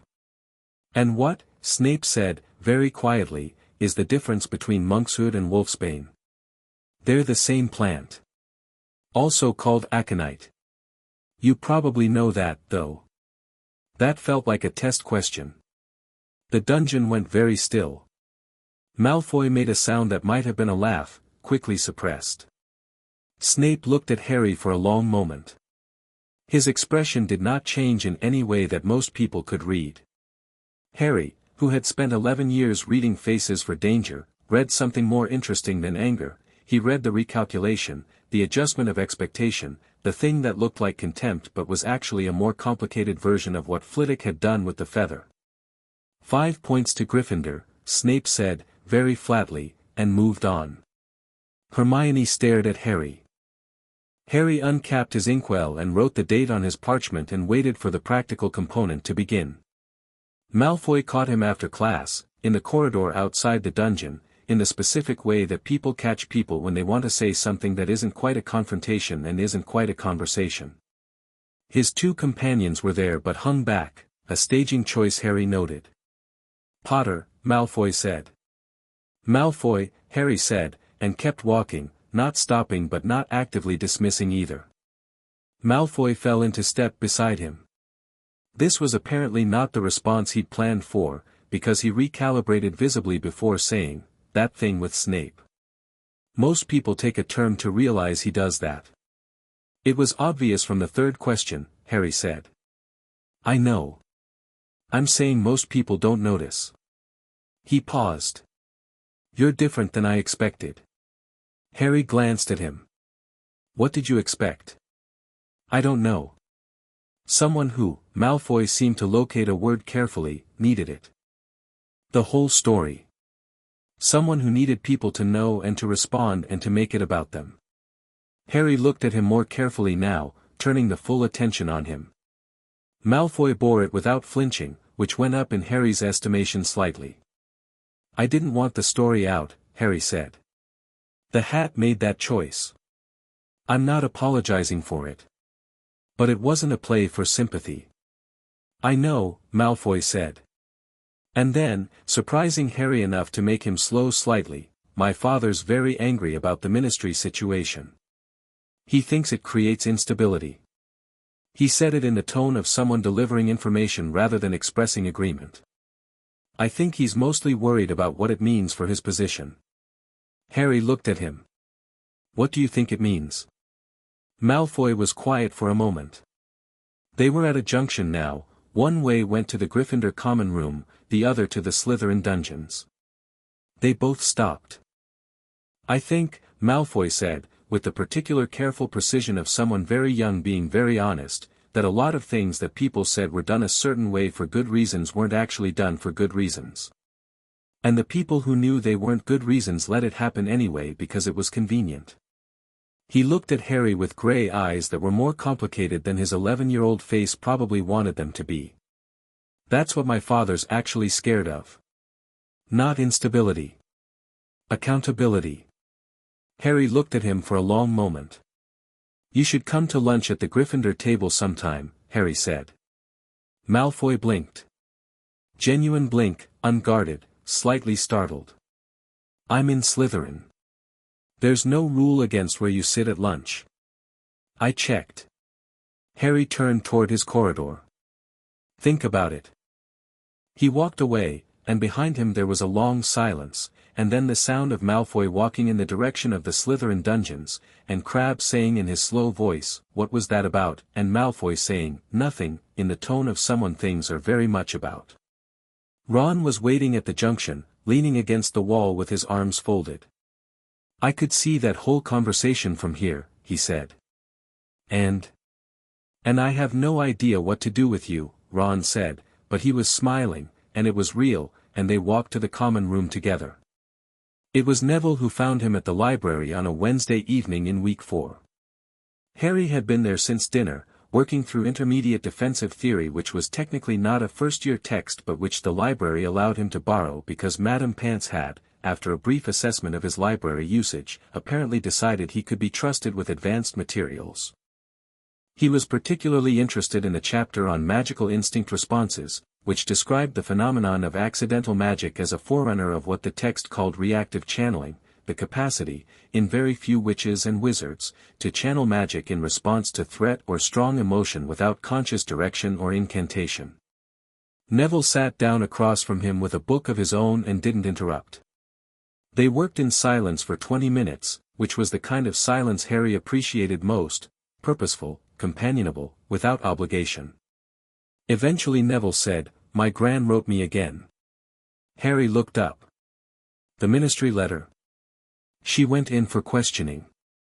They wanted to know what she remembered about the night you were placed with the Dursleys. Who knew, who was involved in the decision, who was consulted?" He turned a page he hadn't been reading. She told them everything she knew, which isn't a lot, but, he stopped. She was crying when she wrote it. I can always tell when she's been crying because she writes smaller. Harry set his book down. She feels like she failed, Neville said. A lot of people feel like that. My gran, Mrs. Weasley, a bunch of people from the Order of the Phoenix, that's the group that was fighting Voldemort, he lowered his voice slightly on the name, old habit, they all feel like they should have checked on you and didn't. They probably couldn't have done much, Harry said. Dumbledore's authority on something like that, no, Neville said, with unexpected firmness. Harry. Don't make it easier for people. He looked up. People make it easier for themselves when they say there was nothing we could do. Sometimes there wasn't. But sometimes there was and they just didn't do it. Your gran, he paused, your mum's friends, people who knew your family, any of them could have asked questions. Could have checked. Could have pushed. He held Harry's gaze steadily. You don't have to absolve everyone. It's not your job. Harry looked at him for a long moment. Neville Longbottom, he had come to understand over the past weeks, was not the person he appeared to be on first assessment. He appeared to be a nervous, clumsy, forgetful boy of moderate magical ability who had been sorted into Gryffindor apparently under protest. He was actually a person who had been waiting, quietly and without announcement, for something to be honest about, and now that the environment had shifted toward honesty, he had turned out to be very good at it. Your parents, Harry said carefully. I know they were, I've read about them. What happened? Neville was quiet for a moment. They're alive. Just, not there. Not really. He said it with the practiced evenness of someone who has described this many times and has found the least painful route through the description. I know what it is to have people look at you and see something you're supposed to be. The name. The story. He met Harry's eyes. It's tiring. Yeah, Harry said. But you're not tired, Neville said, with a kind of wondering observation. No, Harry agreed. How? Harry thought about it seriously. I think, I grew up with people who wanted me small. Who worked at it. And the only way to not be small was to understand them completely, to see exactly what they were doing and why, and not let it become the truth about me even if it was the truth about my circumstances. He turned his book over in his hands. I never believed I was what they said I was. That's the whole thing, really. I didn't believe it. Neville was quiet for a moment. Then, quietly, I believe what people say about me. Sometimes. I know, Harry said. How do you stop? You find one thing that's true that they haven't said, Harry said. Something that's just yours. And you hold on to that one thing until it gets bigger. He paused. For me it was the cooking. I was a better cook at 7 than Aunt Petunia ever was and she knew it and she hated it and there was nothing she could do about it because they needed me to cook. It was small and stupid but it was mine. Neville looked at the table. Herbology, he said, very quietly. My gran thinks it's not a real talent. Says my dad was brilliant at transfiguration and that's what matters. Is she wrong about the herbology? Neville thought about it. Professor Sprout said I have exceptional instincts for it. There you go, Harry said. Neville nodded slowly. He opened his book to a page about mandrakes and read for a while with his jaw set and his shoulders an inch less tense than they'd been, and Harry went back to intermediate defensive theory, and the library hummed around them. The note appeared on a Monday under Quirrell's classroom door, which Harry found by accident on a route he'd been testing as a faster path from the library to the defense classroom. He hadn't meant to see it. He'd been walking fast, thinking about the chapter on reactive channeling, and the door to Quirrell's office had been opened by an inch and the corner of a note was visible on the floor just inside. He would have walked past it except that the back of his neck was doing the thing again, the warmth, the low-grade throb that he had come to associate specifically with proximity to Quirrell, and instead of walking past he stopped. He could see the note from where he stood in the corridor. It was a small piece of parchment, not folded, with 3 lines of writing. He could read it from this distance because he had always had very good eyes, one of the few physical gifts his childhood had not managed to deprive him of. 3rd floor. Room at the end. Move it. Tonight. No signature. The handwriting was not Quirrell's. He'd seen Quirrell's handwriting on the board. It was small and backward sloping. This was upright and clipped, the handwriting of someone used to authority. Harry memorized the note, looked at it for another 5 seconds to make sure he had it exactly right, and walked on. That evening he told Hermione and Ron. Ron's immediate instinct was to go look, right now, tonight. Hermione's immediate instinct was to identify the chain of official authority through which this concern should be reported. Harry's instinct was something between the two and also neither. 3rd floor, he said. Dumbledore specifically told us not to go there. Which is suspicious, Ron said. Which is suspicious, Harry agreed. What do we know about what's on the 3rd floor? The doors are locked, Hermione said. Standard Alohomora wouldn't touch it. I walked past once and there's at least a 3rd-order sealing charm on the main door and something else I couldn't identify. She paused. I wasn't going in. I was just noting. Sure, Ron said. I was noting, she said firmly. The note said, move it, Harry said. Someone's instructing Quirrell to move something. Or reminding him. Which means either something on the 3rd floor is already there and at risk, or Quirrell has something else and needs to relocate it. He thought. Hagrid was at Gringotts on July 31st, the same day I was there. Vault 713. He collected something small but important for Dumbledore. Ron and Hermione stared at him. How do you know about Gringotts? Hermione said. I was there. I was in the cart behind Hagrid's.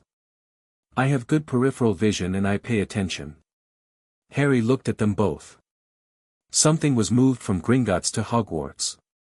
It's on the 3rd floor. Someone, probably the person who wrote that note, wants it moved again. And Quirrell is involved. You think Quirrell is working for someone? Ron said. I think, Harry said carefully, that Quirrell has something wrong with him that makes the back of my neck hurt when I'm near him, and that whatever is wrong is concentrated specifically at the back of his head, and that the turban is covering something. He looked at them both and let them process this. The firelight worked on their faces. Hermione went through 3 distinct expressions in 4 seconds. Ron went a very specific color. What do you mean, Hermione said, with great precision, concentrated at the back of his head. I mean I can feel it. Like heat from a direction. He looked at her. I know it sounds mad. It sounds like proximity sensing, Hermione said. Harry, that's an incredibly advanced magical ability. It's essentially passive legilimency combined with, there was something in the ambient resonance paper I found, about individuals with unusually high magical density having a perceptive radius that, Hermione, Harry said. Sorry. The point is, you can tell there's something specifically at the back of his head. Yes. She looked at him steadily. We should investigate. Properly, carefully, and without doing anything that gets us expelled before we've been here 2 months. Agreed, Harry said. Which is why we're not going to the 3rd floor tonight. Ron made a frustrated noise. We're going to watch Quirrell, Harry said. His movements, his schedule, who he speaks to, who visits the castle. We're going to find out what's in Vault 713. And we're going to do it the way you do anything you want to last, carefully, and with evidence. He looked between them. You're both in. Obviously, Hermione said. Course, Ron said. Harry nodded. Good. Outside the common room windows the October dark pressed in, and somewhere above them in the castle the corridors went about their ancient business, and on the 3rd floor something waited, patient as stone, for decisions being made by people who hadn't finished making them. The incident with Neville's Remembrall happened on the second-to-last Saturday of October, and it was the thing that changed the shape of Harry's Hogwarts in a particular and permanent way. Quidditch practice for the Gryffindor house team was early that morning, and Harry had wandered onto the pitch in the crisp October cold without quite knowing why except that the open sky was appealing after a week of corridors. He was standing at the edge of the pitch watching the team run drills when Draco Malfoy appeared. He'd come down to the pitch with Crabbe and Goyle, apparently with the specific intention of creating a situation. He had Neville's Remembrall, a small glass ball that went red when you'd forgotten something, which Neville managed to forget on a weekly basis, and he was holding it with the deliberate carelessness of someone who wanted it noticed. Harry watched from the edge. He watched Malfoy taunt Neville. He watched Neville go rigid and miserable in the specific way of someone who has been in this situation many times and knows from experience that there is no good outcome. He watched Crabbe and Goyle flanking the scenario like architectural features. He walked over. Not fast. Not with any particular expression on his face. Just walked across the grass and stopped between Neville and Malfoy and looked at Malfoy with his full and completely relaxed attention. Malfoy looked back. He had the Remembrall in his hand. He glanced at Crabbe and Goyle, then back at Harry, recalibrating. "Potter," he said. "Malfoy," Harry said. "Give it back." I know what you were doing," Harry said, and his voice was patient and even and completely without heat, which was somehow worse than anger. "Give it back." Malfoy looked at the Remembrall. Looked at Harry. Looked at Neville, who was watching Harry with an expression of uncertain hope. Looked back at Harry. And then something happened to his face, a small collapse, a briefest visible moment of some interior decision being made, and he held the Remembrall out to Neville without speaking. Neville took it quickly. Malfoy turned and walked back up toward the castle with Crabbe and Goyle behind him. He didn't say anything else. Crabbe said something to him in a low voice and Malfoy shook his head once, sharply. Neville looked at Harry. "That's it," he said. "That's it," Harry said. I thought you were going to, if I'd threatened him he'd have had to perform something back," Harry said. He didn't need a reason to back down. He needed permission. He looked at the sky, which was enormous and grey-blue with autumn. He's been looking for a reason to be different from his father for about 3 weeks now. He just needed someone to not punish him for it. Neville was quiet for a moment, looking at the Remembrall in his palm. Then he said, "How do you do that?" "Do what?" "See people." "Practice," Harry said simply. It was in that moment, as it turned out, that Oliver Wood appeared at the top of the pitch stairs having witnessed the end of the exchange, and identified in Harry Potter's movement across the grass, the unhurried, completely centered walk of someone who operated in 3 dimensions in a way most people didn't, something that made him sprint back to the castle to find Professor McGonagall. Harry didn't know this yet. He walked Neville back to the castle and they talked about herbology for 20 minutes and Harry learned that Neville had already successfully cultivated 3 strains of Devil's Snare from a single cutting, which according to Professor Sprout was a near impossible task for any student below 3rd year. He told Neville this directly and watched Neville's posture change in real time, and filed the satisfaction of it away in a mental category he was only just beginning to build, one that was adjacent to but distinct from his usual cataloging, something warmer. McGonagall found him after lunch. "A word, Potter." She handed him a note as she said it, a small folded square, and walked away before he could respond. He opened it. "You have been selected for the Gryffindor Quidditch team as seeker. Training begins next week. This is between yourself and the relevant parties until Oliver Wood makes the formal announcement. McGonagall. P.S. Your father was an excellent Quidditch player. You come by it honestly." Harry read it twice. He put it in his pocket. He sat with the last line for a moment, "Your father," and it was the first time an adult had mentioned James Potter to him in a context that was not the context of Harry's survival, not the context of sacrifice and tragedy, but in the context of something ordinary. A talent passed down. A simple inheritance. He walked back to the common room and said nothing to anyone until dinner, and at dinner Ron noticed something different in his expression and said, "What happened?" and Harry took out the note and passed it across the table. Ron read it and went red and then very bright. "Seeker. First year." "That doesn't, Ron," Harry said. "Happen, they never put first years on the team, Charlie didn't get on until third year, Ron. And Seeker, not even Chaser, which would be, Ron." Ron stopped. "Eat your dinner," Harry said. Ron ate his dinner. He was grinning too hard to do it efficiently, but he managed. Hermione had already looked it up.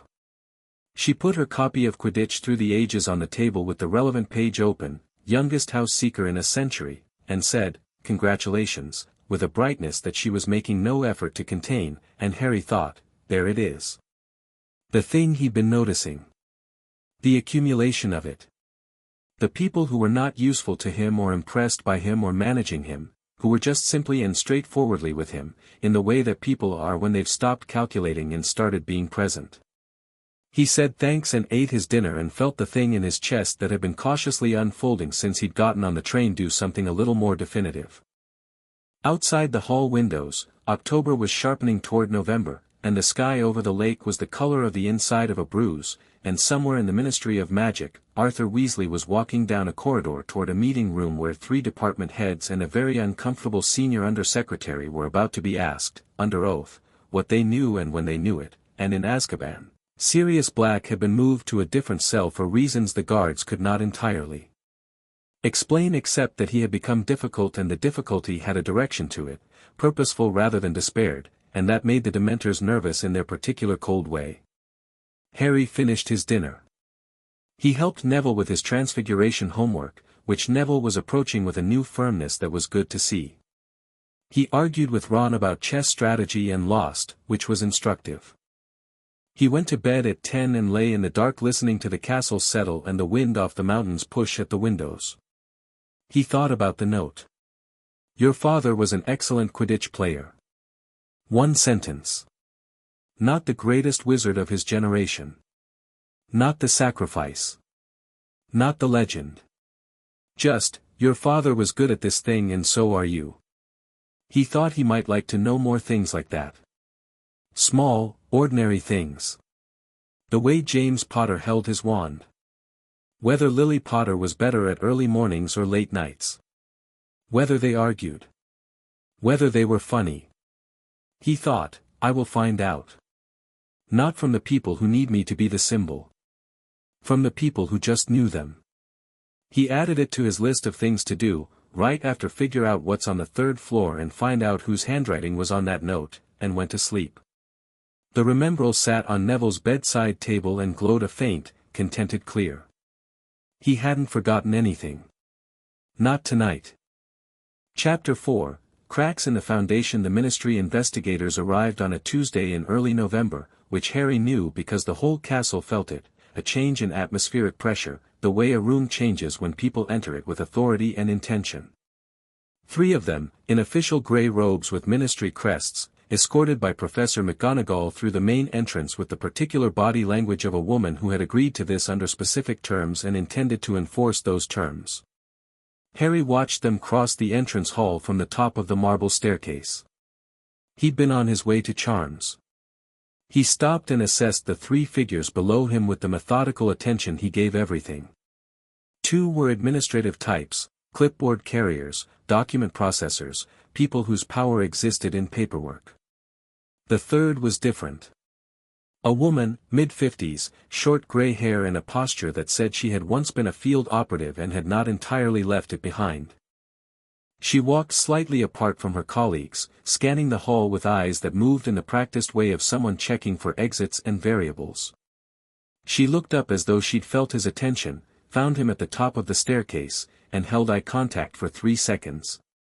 Harry held it back, then continued to Charms. Hermione was already in her seat when he arrived and had, predictably, information. "I asked Percy," she said, opening her textbook with the precise movements of someone who has already done this page's reading twice. "He says the lead investigator is Amelia Bones." Head of the Department of Magical Law Enforcement. Susan's aunt. She paused. She's supposed to be extremely good. She looks it, Harry said. You saw them? From the stairs. He sat down. The other two are support. She's the one who matters. They're here to interview staff, Hermione said. McGonagall negotiated, no student interviews without explicit consent and a neutral adult present.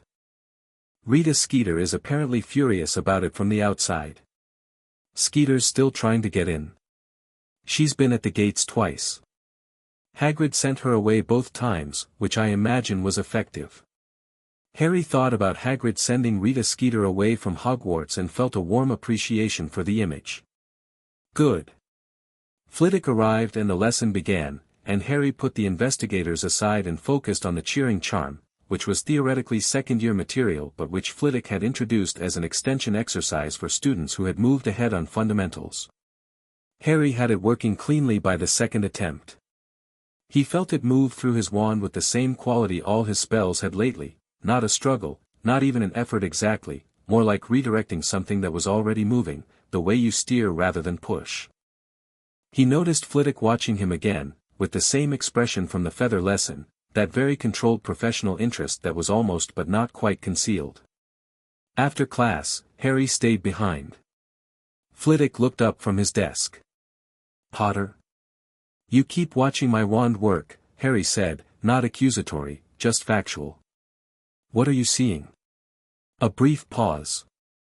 Then Flitwick set down his quill and laced his small fingers together on the desk. You are, he said carefully, doing something that I have seen twice in 40 years of teaching. You are accessing what I would call the foundational layer of a spell rather than its surface expression. Most witches and wizards, even exceptional ones, work with the incantation as the primary driver, the wand movement and spoken component direct the magic. What you appear to be doing, partially and perhaps unconsciously, is working in reverse. The intention is primary and the incantation is confirming it rather than creating it. Harry looked at him. Is that a problem? No, Flitwick said.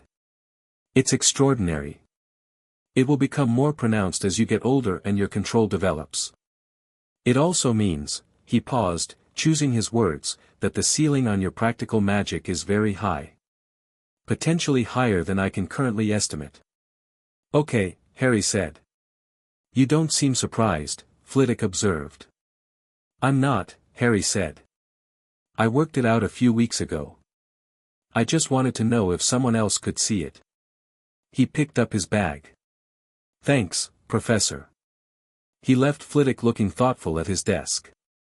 The investigative team set up in a classroom on the second floor that had been cleared for them, and over the next 2 days the staff were called in one by one in an order that everyone in the castle pretended not to notice but absolutely tracked. Sprout went first, came back looking relieved and slightly wrung out. Flitwick went in the afternoon of the first day and emerged with his professional composure fully intact. Snape went early on the second day and came back looking exactly the same as he'd gone in, which told Harry precisely nothing and was therefore interesting.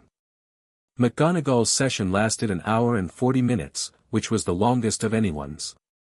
She came out of the classroom with her spine at its maximum elevation and walked directly to her office without speaking to anyone, but Harry, passing in the corridor, caught a glimpse of her face and read in it the specific exhaustion of someone who has just been completely honest about something they've been carrying for a decade. He paused at her office door and knocked. Come, she said, from inside. He went in. She was at her desk with a cup of tea she hadn't touched. Potter, she said, and there was something slightly unguarded in her voice that he suspected was the residue of the interview. Did you need something? No, he said. You looked like someone should check. She looked at him for a moment. Outside her window, the November grounds were gray and bare and honest. Sit down, she said. He sat. She picked up her tea and put it down again. I told them everything I knew. Which included the conversation I had with Professor Dumbledore on November 1st, 1981. I had not previously put that conversation in writing anywhere. She looked at the desk. I should have. I told them that too. What did they say? Harry asked. That it was consistent with other statements they'd received. She paused. They've been very thorough. Bones is, she stopped, as though reconsidering how much she was about to say to an 11-year-old student, and then continued anyway, which Harry appreciated. Bones is determined. She lost family to Voldemort. She takes the failure of accountability personally. Good, Harry said, the same way he'd said it to Neville's letter. McGonagall looked at him. You have a specific quality, she said, of saying that word, good, in a way that means you've already decided something and are confirming it rather than responding. Sorry, Harry said. Don't apologize for it, she said immediately. It's useful. I'm just noting it. She took a sip of her tea. The investigation will reach Dumbledore in the next few days. She'll want to speak with him formally. A pause. He'll cooperate. He's not, Albus is not the sort of man who runs from accountability. He'll simply explain himself in a way that's designed to be understood, and understanding is not the same as excusing, but it can start to feel that way in the room. Harry looked at her. Are you warning me about something? She looked back at him with eyes that had seen approximately everything. I'm telling you to trust your own assessment of what you hear, when you hear it. Whatever explanation he gives you. Whatever he says was necessary. She paused. Your read on things has been accurate. Trust it. Harry was quiet for a moment. Then, he came to see me again. 2 nights ago. I know, she said. I won't ask what was said. He offered me answers, Harry said. About my parents. What they were like. He has memories, apparently. He said when I was older, when you were older, McGonagall repeated, very quietly. Yeah, Harry said. Her expression did the complicated thing again. Your mother, she said, after a pause, was brilliant and kind and had an absolute gift for charms that Phileas still talks about when he thinks no one's listening. She was funny, dry, quick, the kind of funny that makes you snort at the wrong moment. She argued with Slughorn about potion theory in 3rd year and was right, and he spent 6 months pretending she wasn't. She paused. Your father was an arrogant, talented nuisance until he was about 16, and then he grew up quickly and completely and became someone worth being. He was loyal to the point of recklessness, and he was brave in the exact way you are, not dramatically, just as a matter of fact. Harry sat very still. You didn't need to wait until you were older for that, she said. You didn't need Albus's management of the information. She looked at her desk. Those memories belong to everyone who has them. Including you.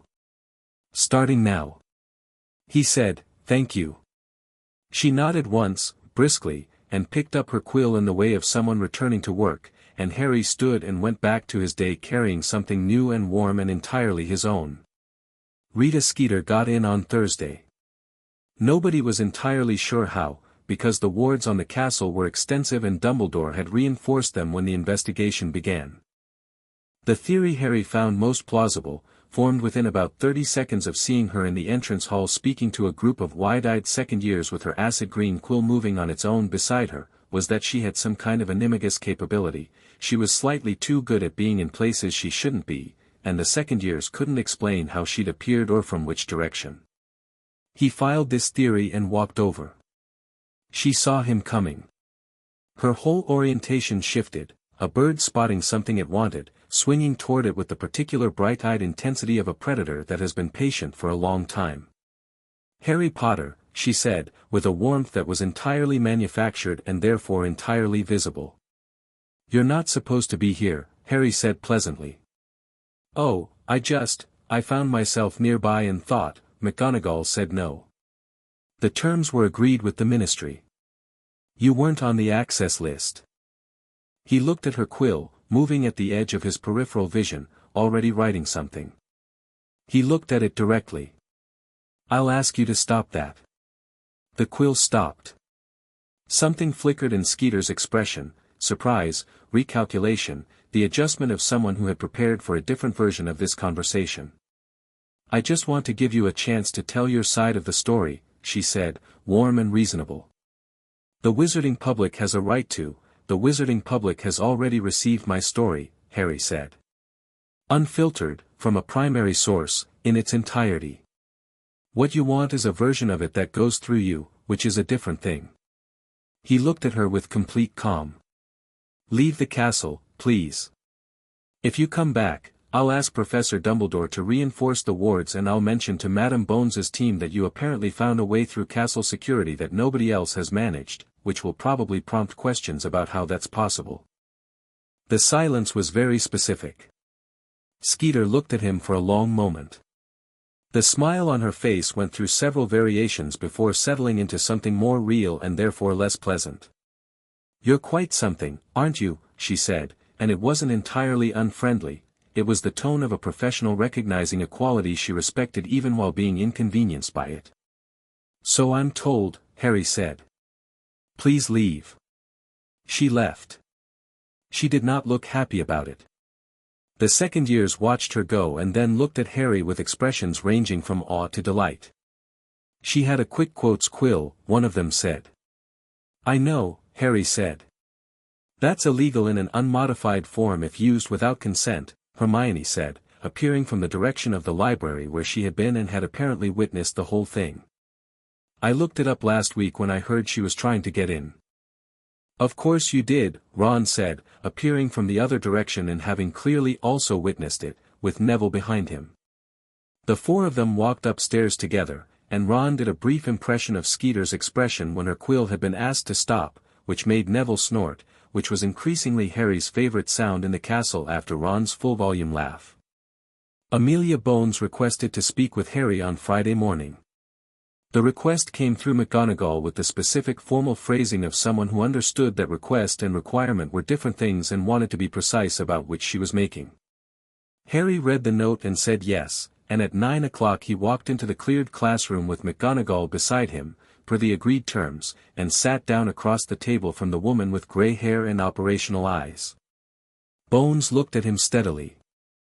She had the unhurried quality of someone who had conducted many interviews and knew that the first 30 seconds were mostly just calibration. "Thank you for agreeing to speak with me," she said. "Of course," Harry said. "I want to be clear about the scope of this. I'm not here to ask you to relive anything specific. I'm not here to collect testimony about your personal experiences. The information from the Hats broadcast is already substantial and has been documented. What I want to understand from you, if you're willing, is what you know about the circumstances of your placement. Not the living conditions. The decision-making process. Who made it, and whether it was ever explained to you." Harry looked at her. He appreciated the precision. He appreciated that she'd drawn the distinction cleanly, that she wasn't using the interview as an opportunity to extract emotional material under the cover of official process. "I can tell you what I know," he said. "Please." "I know I was placed with the Dursleys by Dumbledore, on the night of November 1st, 1981, brought there by Hagrid. I know Dumbledore was present and made the decision himself. I know McGonagall had reservations that were overruled." He glanced at McGonagall briefly. She had her professional face on, but something in her posture confirmed he was accurate. "I know the stated reasoning was blood protection, a charm anchored in a relative's acceptance, in this case my mother's sister. I know Dumbledore had monitoring enchantments on the house, which he described to me as tracking general welfare. He characterized the parameters as insufficiently specific. He said these last three words with the same inflection Dumbledore had used, precise and unrevealing. Bones was writing on her parchment in the compact, quick way of someone who doesn't need to write much because they retain most of it. Has Dumbledore explained his reasoning to you directly? Yes. Once, the first week. Once again last week. He paused. He believes what he did was necessary. He expressed regret for the outcome without completely revising his assessment of the decision. Can you clarify what you mean by that? Harry thought about it. He said he was sorry. I believe he meant it. He also didn't say he would have done it differently. He said the blood protection required a blood relative, that alternatives were less reliable, and that he'd misjudged the severity of the environment. He paused. The misjudgment point is the interesting one. The monitoring enchantments were his. He designed the parameters. If they didn't flag the severity of the environment, that's not an oversight, that's a choice about what to track. Bones looked up from her parchment. You're 11 years old, she said, not unkindly. I know, Harry said. A brief pause. Then something moved across her face, the frank acknowledgement of a professional encountering genuine quality. Do you have any concerns about your current situation? Your time here at Hogwarts, your living arrangements going forward? My Hogwarts situation is fine, Harry said. McGonagall has been clear about my rights and I believe her. Going forward, he paused. I won't be going back to Privet Drive. That's not a question. No, Bones said quietly. It isn't. The Department of Magical Child Welfare has already formally flagged the placement as inadequate. There will be a hearing. The Dursleys will be required to answer for the specific conditions. She held his gaze. That process is ongoing and you'll be kept informed. I want to be honest with you about something else. She put down her quill entirely. The investigation is widening. The decision to place you with the Dursleys didn't happen in a vacuum. There were ministry officials in the Magical Guardian Welfare Department who were aware that a high-profile orphan child had been placed in a Muggle household and who had a procedural responsibility to follow up. They didn't. We're identifying those individuals. Harry looked at her. How many? Several, she said. Some through neglect. Some through deliberate choice not to question Professor Dumbledore's judgment. She picked up her quill again. The wizarding world has had a culture for a long time of trusting certain individuals implicitly. We're learning the cost of that. Harry was quiet for a moment. Are you going to be able to do anything about Dumbledore specifically? Given his position. Bones looked at him steadily.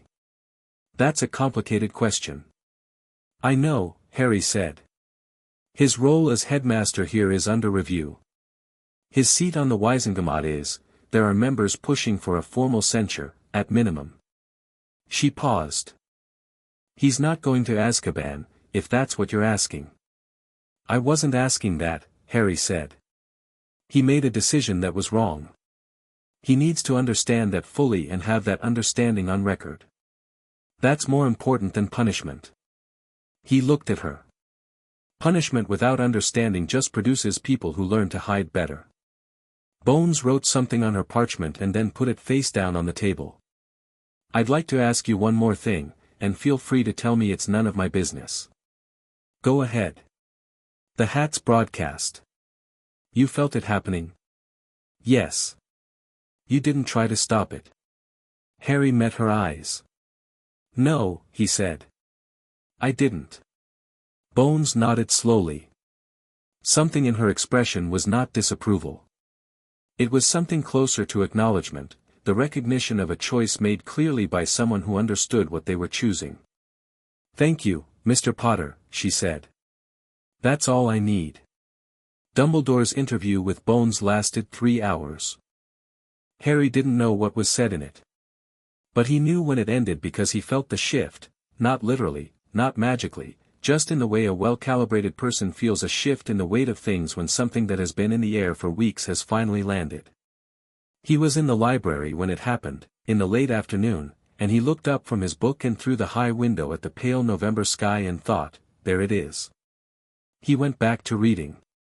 The book was Magical Theory by Adalbert Waffling, 3rd edition, and he was working through a passage about the relationship between magical potential and early emotional development, which was dense and academically dry and also, given the circumstances, personally interesting in a way he wasn't quite ready to examine closely. Ron appeared at 7 with dinner he'd smuggled from the Great Hall in his pockets, which was against about 7 different library rules and which Madame Pants would have had extremely detailed opinions about. Hermione appeared 30 seconds later with her own books and an expression of someone who had already calculated the risk-reward of Ron's food smuggling and decided to allow it on practical grounds. Neville came in at 7:30 with a small pot of something that smelled of earth and green things, which he was apparently propagating in secret in a corner of the library that Madame Pants had agreed to overlook, and which he tended with the quiet dedication of someone who had found the thing they were best at and was serious about it. They worked for 2 hours in the warm cave of the library while November pressed against the windows, the four of them, and Harry thought about Bones's question, "You didn't try to stop it," and the uncomplicated no that had answered it. He hadn't tried to stop it because the broadcast had felt, in the moment it happened, like the most honest thing that had ever been done on his behalf. Like someone had simply looked at the truth of things and said, "Everyone should know this." And the truth of Harry Potter was not, had never been, private property. It belonged to everyone who had celebrated his survival while ignoring what that survival actually cost. He thought, they knew what I was to them. They just didn't know what they were to me. Now they do. He looked around the table at Ron arguing with Neville in a whisper about whether a particular plant species was technically a weed, and Hermione marking up her own notes with a precision that bordered on architectural, and thought, this is the thing. Not the investigation, not the ministry, not the political realignment happening in the wizarding world as people revised their understanding of who had been trusted and who had been failed. This, specifically. 4 people at a table doing the unremarkable and essential work of existing in proximity to each other without performance. He had not had this before. He had not known what he was missing with enough specificity to miss it. He knew now. He went back to waffling and the library hummed, and outside the windows the grounds were dark and cold and good. The letter from Sirius Black arrived at breakfast the next morning. This was remarkable for several reasons, beginning with the fact that Sirius Black was supposed to be in Azkaban and letters from Azkaban were monitored, filtered, and in most cases simply not delivered. Harry stared at the owl, a non-standard owl, not a Hogwarts post owl, something scruffier and faster, the kind that might be described as difficult to track, and the letter in its beak with a very particular quality of stillness. It landed in front of him and he took the letter and it flew away immediately, which confirmed that it was not waiting for a response and had been instructed to minimize its exposure. Ron and Hermione both saw it arrive. Ron said nothing. Hermione breathed in sharply. Harry opened it. The handwriting was cramped and slightly uneven, the handwriting of someone whose hands had not been used for fine motor tasks in a long time. But the words were precise. Harry, I'll keep this short because this bird can't be in the air long. I'm your godfather. I don't know if anyone has told you that. My name is Sirius Black and I am in Azkaban because I was convicted of betraying your parents and killing 12 people, and I didn't do it, and I know now is a terrible time to make that claim, but I'm going to make it anyway because I've been in here for 10 years and the thing that kept me sane was knowing I was innocent, and the thing that has made the past weeks unbearable in a completely different way is knowing what your life has been. I have no right to ask you for anything. I know that. But I want you to know that I loved your parents more than anyone I have ever known, and I love you the way you love someone you made a promise to while they were alive and intend to keep even after they're not. I am working on getting out. I have people on the outside who are beginning to move. If you want to write back, use the same bird, she'll find me. If you don't want to write back, I understand that too. Your godfather, Sirius. Harry read it twice. He folded it and put it in his pocket and took a piece of toast and ate it and felt the thing in his chest doing something complicated and enormous that he was not going to process in the great hall at breakfast. Harry, Hermione said, very quietly. Not now, he said, equally quietly, and she heard the specific quality of the not now and nodded and went back to her breakfast. Ron's hand appeared next to his pumpkin juice glass and moved the juice closer to him, the way you move something towards someone who needs something physical to anchor them, and that small unremarkable gesture was the most perfect thing anyone had done for him in weeks. He drank the juice. He finished the toast. He went to his first class. He would think about Sirius Black after. The defense against the dark arts class that week had a quality Harry had started to identify as Quirrell's tell, the specific, jittery over-preparation of a man trying to make sure everyone's attention was on the front of the room and not on the back of his head. He'd restructured the lesson to have students pair up for practice drills, which meant he could move around the room and maintain proximity to multiple students at once rather than standing still at the front where Harry's eyes could settle on him. Harry noted this, did his drills with Ron, and spent the lesson doing two things simultaneously, practicing the shield charm, which was definitely not first-year curriculum but which Quirrell had introduced as an overview, and which Harry had quietly practiced to the point where it was solid, and tracking Quirrell's movement pattern. The pattern was anxious. It had the quality of managed anxiety rather than baseline anxiety, someone managing a situation, containing it, monitoring it. His eyes went to Harry more than to any other student, and each time they made contact the warmth at the base of Harry's skull sharpened slightly. After class, in the corridor, the turban, Harry said, quietly to Hermione and Ron. He restructured the whole lesson to keep moving. So I couldn't focus on one spot. He knows you can sense it, Hermione said, not a question. He knows something's different, Harry said. He doesn't know exactly what. But he's compensating for it. He paused. The note said tonight. That was a week ago. If he was going to move something from the third floor, it's already been moved, or the plan changed. Maybe the investigation spooked whoever sent the note, Ron said. That's what I think, Harry said. Bones's team arriving would change the calculus. You don't move a significant magical object under the noses of Ministry investigators. He looked up at the ceiling, thinking. Which means whatever's on the third floor is still there. And whoever wants it is waiting. Waiting for what? Neville said, appearing from the classroom behind them. For the Ministry to leave, Harry said. And the castle to go back to normal. Neville looked at him. Then we should know what it is before that happens. Ron and Hermione both looked at Neville with expressions of mild surprise. Neville appeared unbothered by this. What? He said. It's obviously sensible. I know, Harry said. I've been waiting for a good night. He looked between all three of them. This weekend. Saturday, late. I want to see it before whoever's after it gets a chance to move. Expulsion territory, Hermione said. Yep, Ron agreed. I'm in, Hermione said. Obviously, Ron said. Neville said, I'll bring the Didney in case someone gets hurt. Harry looked at him. You have Didney? I grow it, Neville said simply, as though this were obvious, and walked off to his next class. The weekend settled into the castle like a drawn breath. The investigators' rooms were being packed.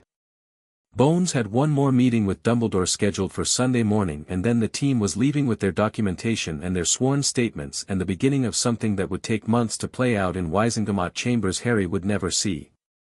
On Saturday evening, Harry sat by the Gryffindor common room fire and wrote 2 letters. The first was to Madame Bones, brief and specific, a note about Quirrell's behavior patterns, the specific warmth sensation, the note he'd seen through the office door. Evidence, not accusation. He gave it to Hermione's owl, more reliable than the school owls, which Harry suspected were monitored, with instructions to deliver it Sunday morning. The second letter took him longer to write. He wrote it 3 times before he kept a version of it. Sirius, I believe you.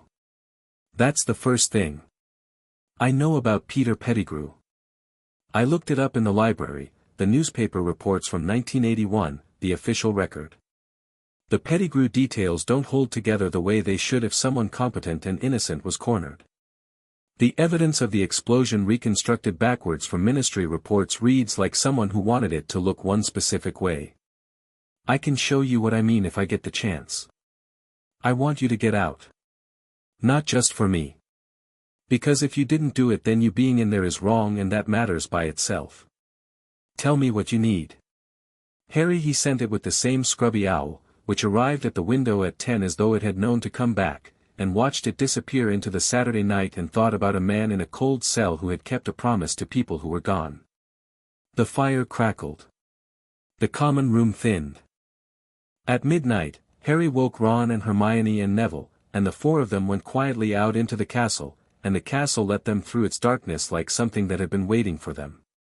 Somewhere above them, past locked doors and enchantments and the specific silence of something hidden, the third floor waited. And somewhere in the deep of Azkaban, Sirius Black held a letter in hands that had finally stopped shaking, and read it again, and for the first time in 10 years felt the specific and terrible and wonderful thing that is the return of hope in a body that had almost finished learning to do without it. Chapter 5. What the dead left behind. The third floor corridor smelled like old stone and something else, something that sat underneath the dust and cold air like a frequency too low to hear but not too low to feel.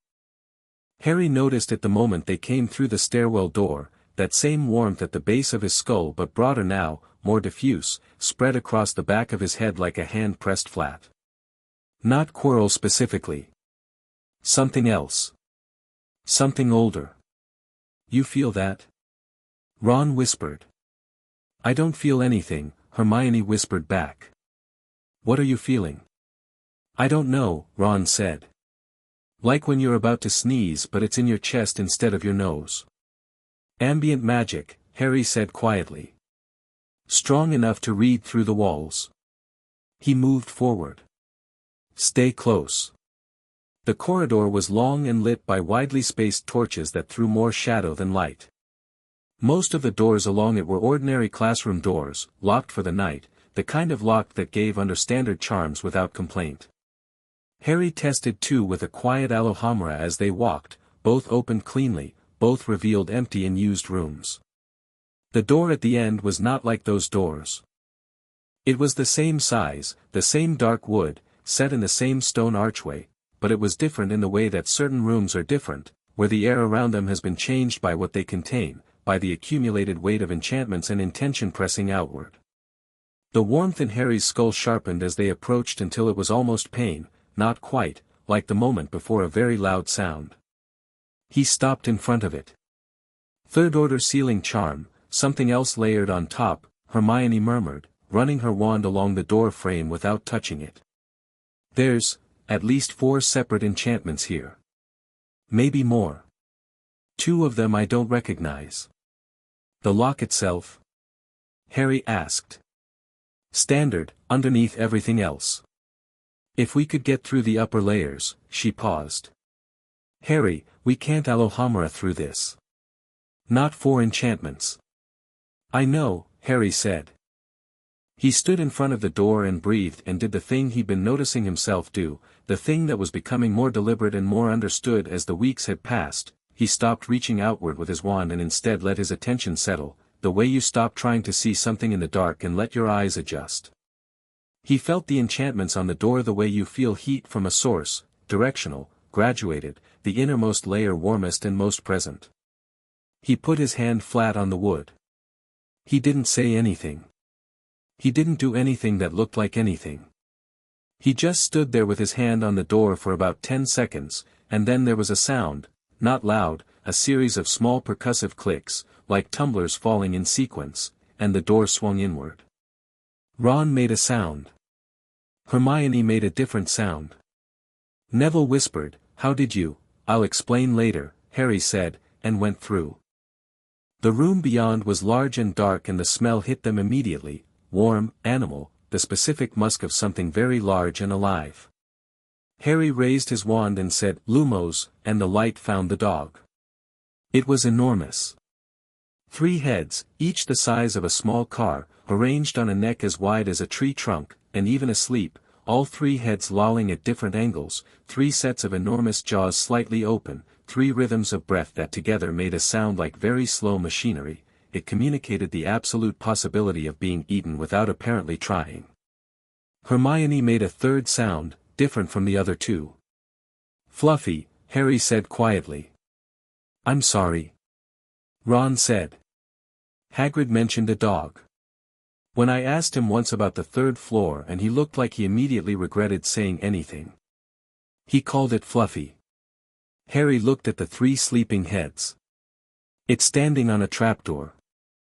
"Of course it is," Hermione said, with the exhausted tone of someone whose hypotheses keep being confirmed in inconvenient ways. "We're not going through the trapdoor tonight," Harry said, before Ron could make any movement in that direction. Ron, to his credit, only looked slightly disappointed rather than actively redirected. "We came to see what was here. We've seen it.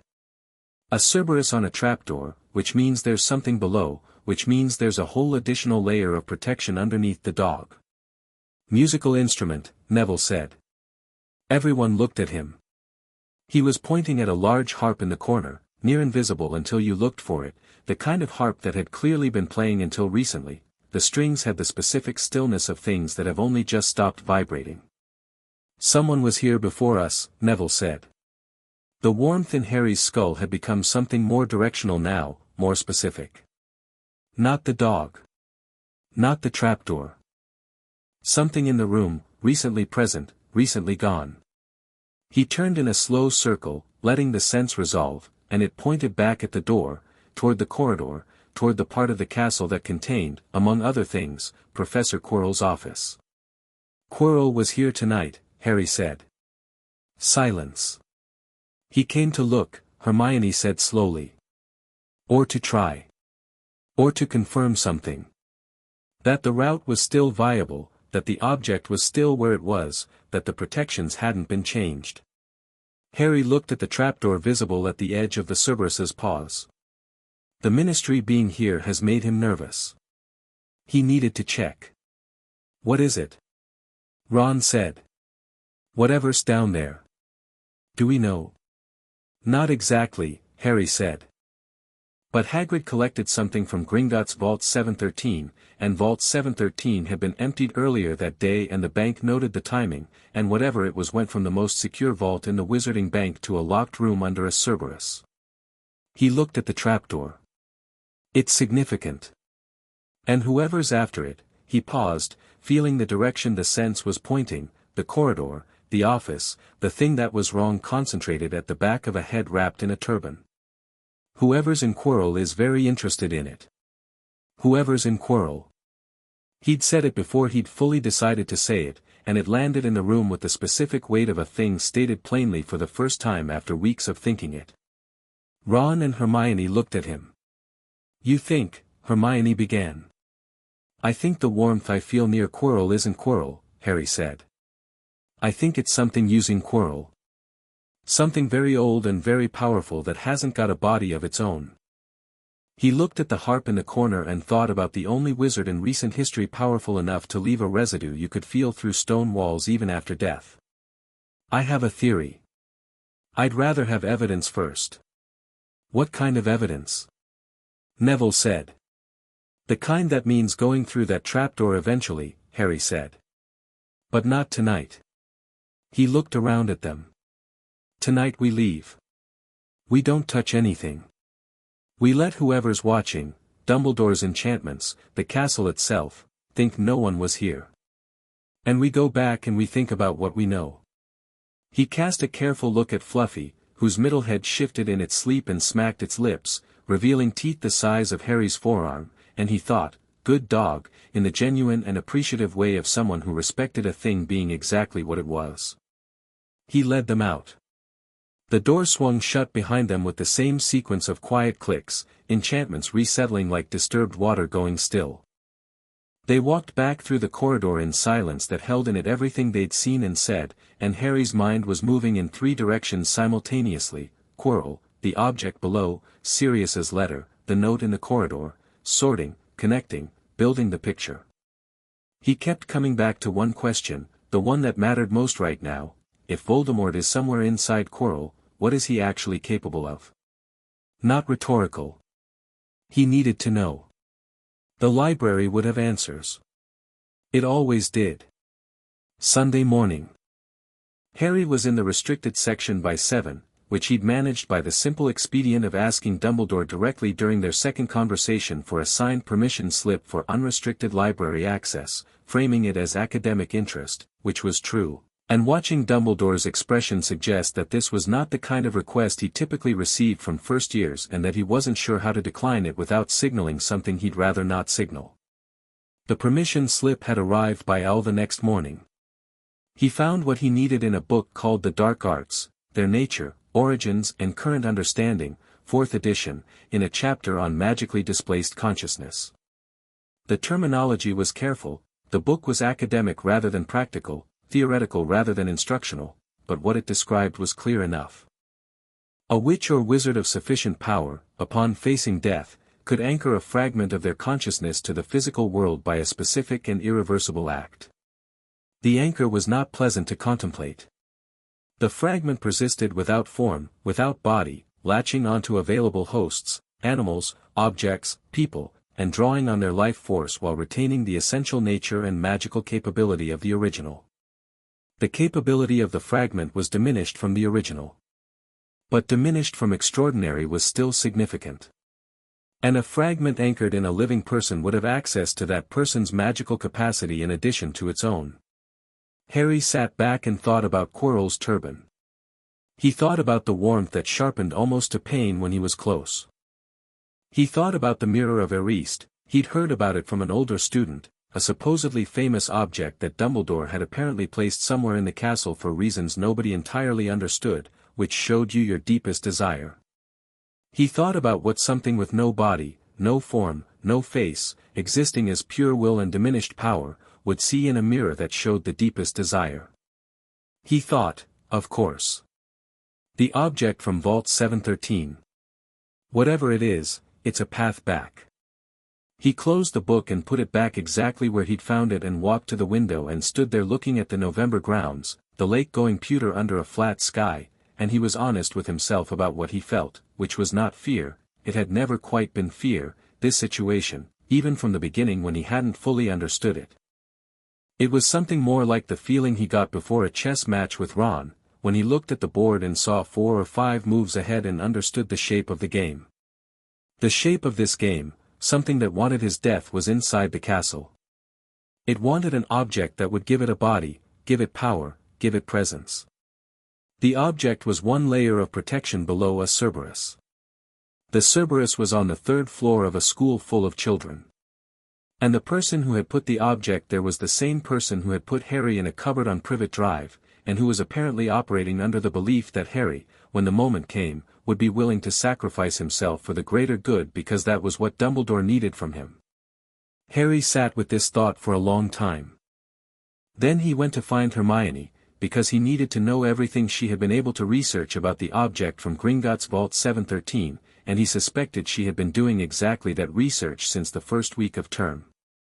He was not wrong.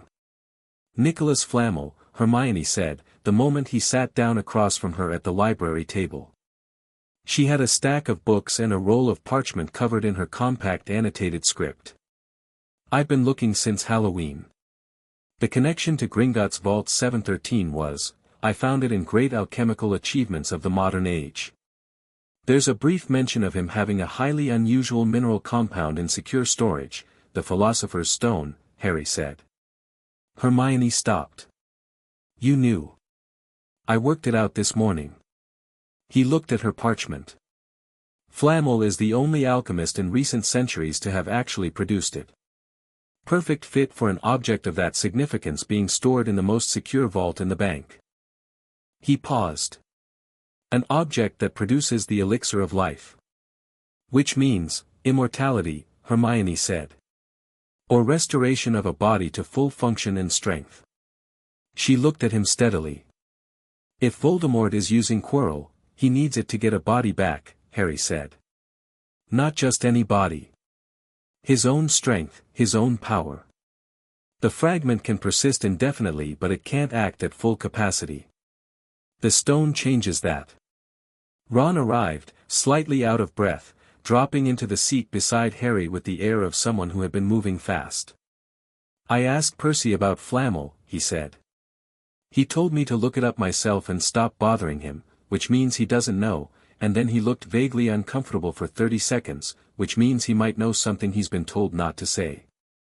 He unwound his scarf. And I found something else. Something I don't think anyone official has connected. He put a folded newspaper clipping on the table. It was from the Daily Prophet, dated early September, which Ron had apparently found in a stack of archived papers in the common room. The headline read, Gringotts break-in attempt, vault targeted was empty, say goblins. Harry read it. The attempted break-in had been on July 31st. The day Harry had been at the bank. The day Hagrid had cleaned out Vault 713. Someone tried to rob the vault the same day Hagrid emptied it, Ron said. Almost to the hour. They got to the vault and there was nothing in it. He looked between Harry and Hermione. Someone knew when it was going to be moved. Inside information, Harry said. Someone knew Dumbledore was collecting the stone that day. He thought about the sequence. Or they triggered the move. By threatening the vault, they pushed Dumbledore to relocate the stone to somewhere he felt was more secure. He paused. Which means bringing it to Hogwarts might have been the plan from the start. Getting it to a place where accessing it was possible without the full Gringotts security apparatus. Hermione was very still. Are you saying Voldemort maneuvered Dumbledore into moving the stone here? I'm saying it's possible. He tapped the clipping. Two entities that both want the stone. One of them is a fragment without a body, operating through a frightened defense teacher. The other is one of the most brilliant strategic minds in wizarding history. Either could have set this up. Maybe both, separately, both concluding that Hogwarts was the right target. He looked at the window. The question is timing. Dumbledore's protections, the Cerberus, and whatever's below it, those are serious. Whoever goes through them needs an opportunity that doesn't exist currently. What would create that opportunity? Neville said, arriving at the table with a plate of toast because it was, he said, simply practical to bring food to a research session. Harry thought. A distraction. Something that pulls Dumbledore away from the castle. He looked at the clipping again. Someone powerful enough to give Dumbledore a reason to leave. Who could do that? Ron said. Someone claiming to have information about Voldemort, Harry said. A credible source, an urgent enough threat, something that requires the headmaster himself and can't be delegated. Dumbledore would go. His first instinct, always, is to handle the significant things personally. So we'd have warning, Hermione said slowly. If Dumbledore left the castle, especially suddenly, especially in response to a message, that's when it would happen, Harry said. Yes. The four of them sat with this. What do we do about it? Neville said. We prepare, Harry said. We find out what's below the Cerberus. Not just the stone, what's protecting it. So that if it comes to it, we know what we're walking into. He looked at Hermione. Hypothetically. If the next protection after the Cerberus is a plant, Devil's Snare, Hermione said immediately. If I were designing layered protections and I needed something after a large animal, I'd use Devil's Snare. It immobilizes without requiring active monitoring and it targets anything that struggles. The counter is light and warmth. And after that? She was already thinking. Something requiring skill, not just power. To sort a specific person from a crowd, keys, maybe, enchanted keys requiring a seeker, she caught herself, looked at Harry with a slight widening of eyes. There's a reason Dumbledore let me on the Quidditch team, Harry said quietly. He designed the protections with you in mind, Hermione said, and something in her voice had gone very quiet and very careful. He expected you might need to go through them. The implication settled over the table like cold water.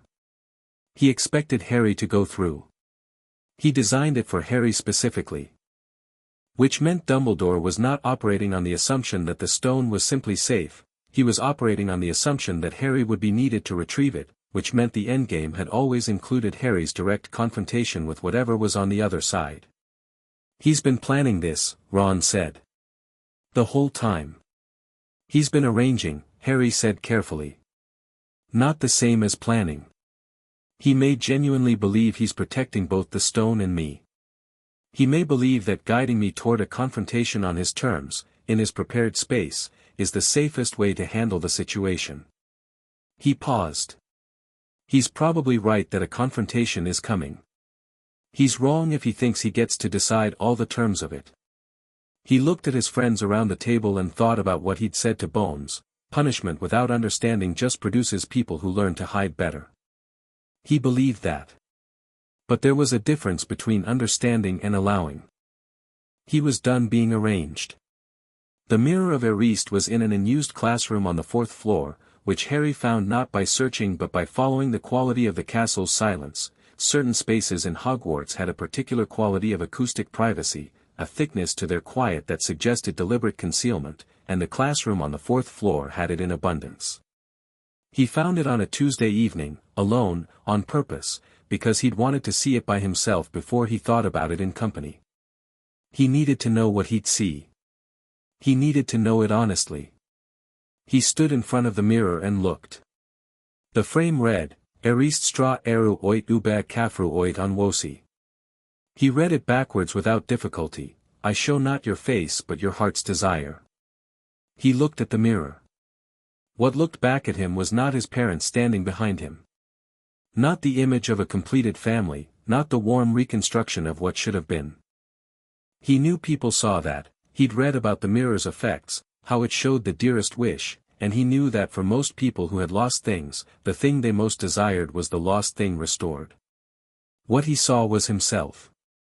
But different. Older, not by much, 4 or 5 years, standing in a space that had the quality of sunlight and open air, with no specific location identifiable. And he was not alone, but the people around him were indistinct, present as warmth rather than faces, a crowd of people who were simply there, without need or expectation, just present. And the version of himself in the mirror was talking, his mouth was moving, hands moving too, the specific gestures of someone mid-thought, and the people around him were listening, and the quality of the listening was not reverence, not the listening to a legend quality he got now, but just, attention. Interest. The listening of equals. He stood with the mirror for a long time. He thought, I don't want my parents back in a way that would show. I want this. I want to exist in the world fully, on my own terms, with people who see me rather than the symbol. I want to be someone who matters because of what I do and think and am, not because of what happened to me before I could walk. He thought, that's not a sad thing to want. That's the healthiest thing I could possibly want. He turned away from the mirror. Dumbledore was in the doorway. Of course he was. Harry had known, on some level, that finding the mirror would bring this. He was not surprised and he didn't pretend to be. What do you see? Dumbledore asked. Something achievable, Harry said. Dumbledore's expression moved through something brief and complicated. Most people see something they cannot have, he said. I know, Harry said. Mine isn't like that. Would you tell me? Harry considered him. The old man in the doorway with his half-moon glasses and his long silver beard and his eyes that were always doing several things at once, genuinely caring, genuinely strategic, and the two things not always in alignment. I see myself in 10 years, Harry said, which was true. Still here. Not running from anything, not hiding anything. He paused. Not managing people's expectations of me. The last sentence landed with deliberate precision and Dumbledore heard it. Something in his face accepted the hit with the dignity of a person who knew they'd earned it. I want to talk to you about the stone, Harry said. A beat of silence. The mirror behind Harry reflected Dumbledore in the doorway and whatever Dumbledore saw in it was private, and Harry did not look. I see, Dumbledore said, very quietly. I know it's here, Harry said. I know what's in Quirrell and what it wants. I know about the protections and I know the protections include elements designed specifically for me. He held the older man's gaze. You were planning to use me. I was planning to protect you, Dumbledore said. Those aren't mutually exclusive with you, Harry said, without heat. I understand that. You were going to protect me by giving me a role in stopping him, because you believe the confrontation is inevitable and that controlling the terms is the best protection available. I understand the logic. He paused. What I want you to understand is that I'm not going to walk into it on your terms because you've arranged the board. If it comes to a confrontation, it'll be because I've decided to, with full knowledge, for my own reasons. Harry, I'm not afraid of him, Harry said simply. I want to be clear about that. I'm not afraid of him, and I'm not going to approach him the way someone afraid approaches a threat. I'm going to approach him the way someone who understands a problem approaches a problem. He looked at Dumbledore steadily. He's a fragment. He's limited. He's desperate, which makes him dangerous in specific ways but also predictable in specific ways. I know what he wants, and I know when he'll move, and I know what we need to do to stop it. He paused. But I need you to tell me one thing. Dumbledore looked at him. What thing? What does he want from me specifically? Harry said. Not the stone. From me. Because whatever this connection is, whatever it is that I can feel through walls when he's near, that's not just because I survived his killing curse. That's something else. Something you know about. The silence in the room was very long. Dumbledore sat down in a chair near the wall, slowly, like someone lowering themselves into water they know is cold, and he looked older than Harry had ever seen him look, and he said, "There are things I planned to tell you when you were older." You keep saying that, Harry said. I know. I'm telling you now that when you're older is not working for me as an answer, Harry said. It has never worked for me as an answer, and given everything, I think you can understand why the idea of an adult deciding when I'm ready for information about my own life is, a specific kind of wrong. Dumbledore was quiet for a very long time.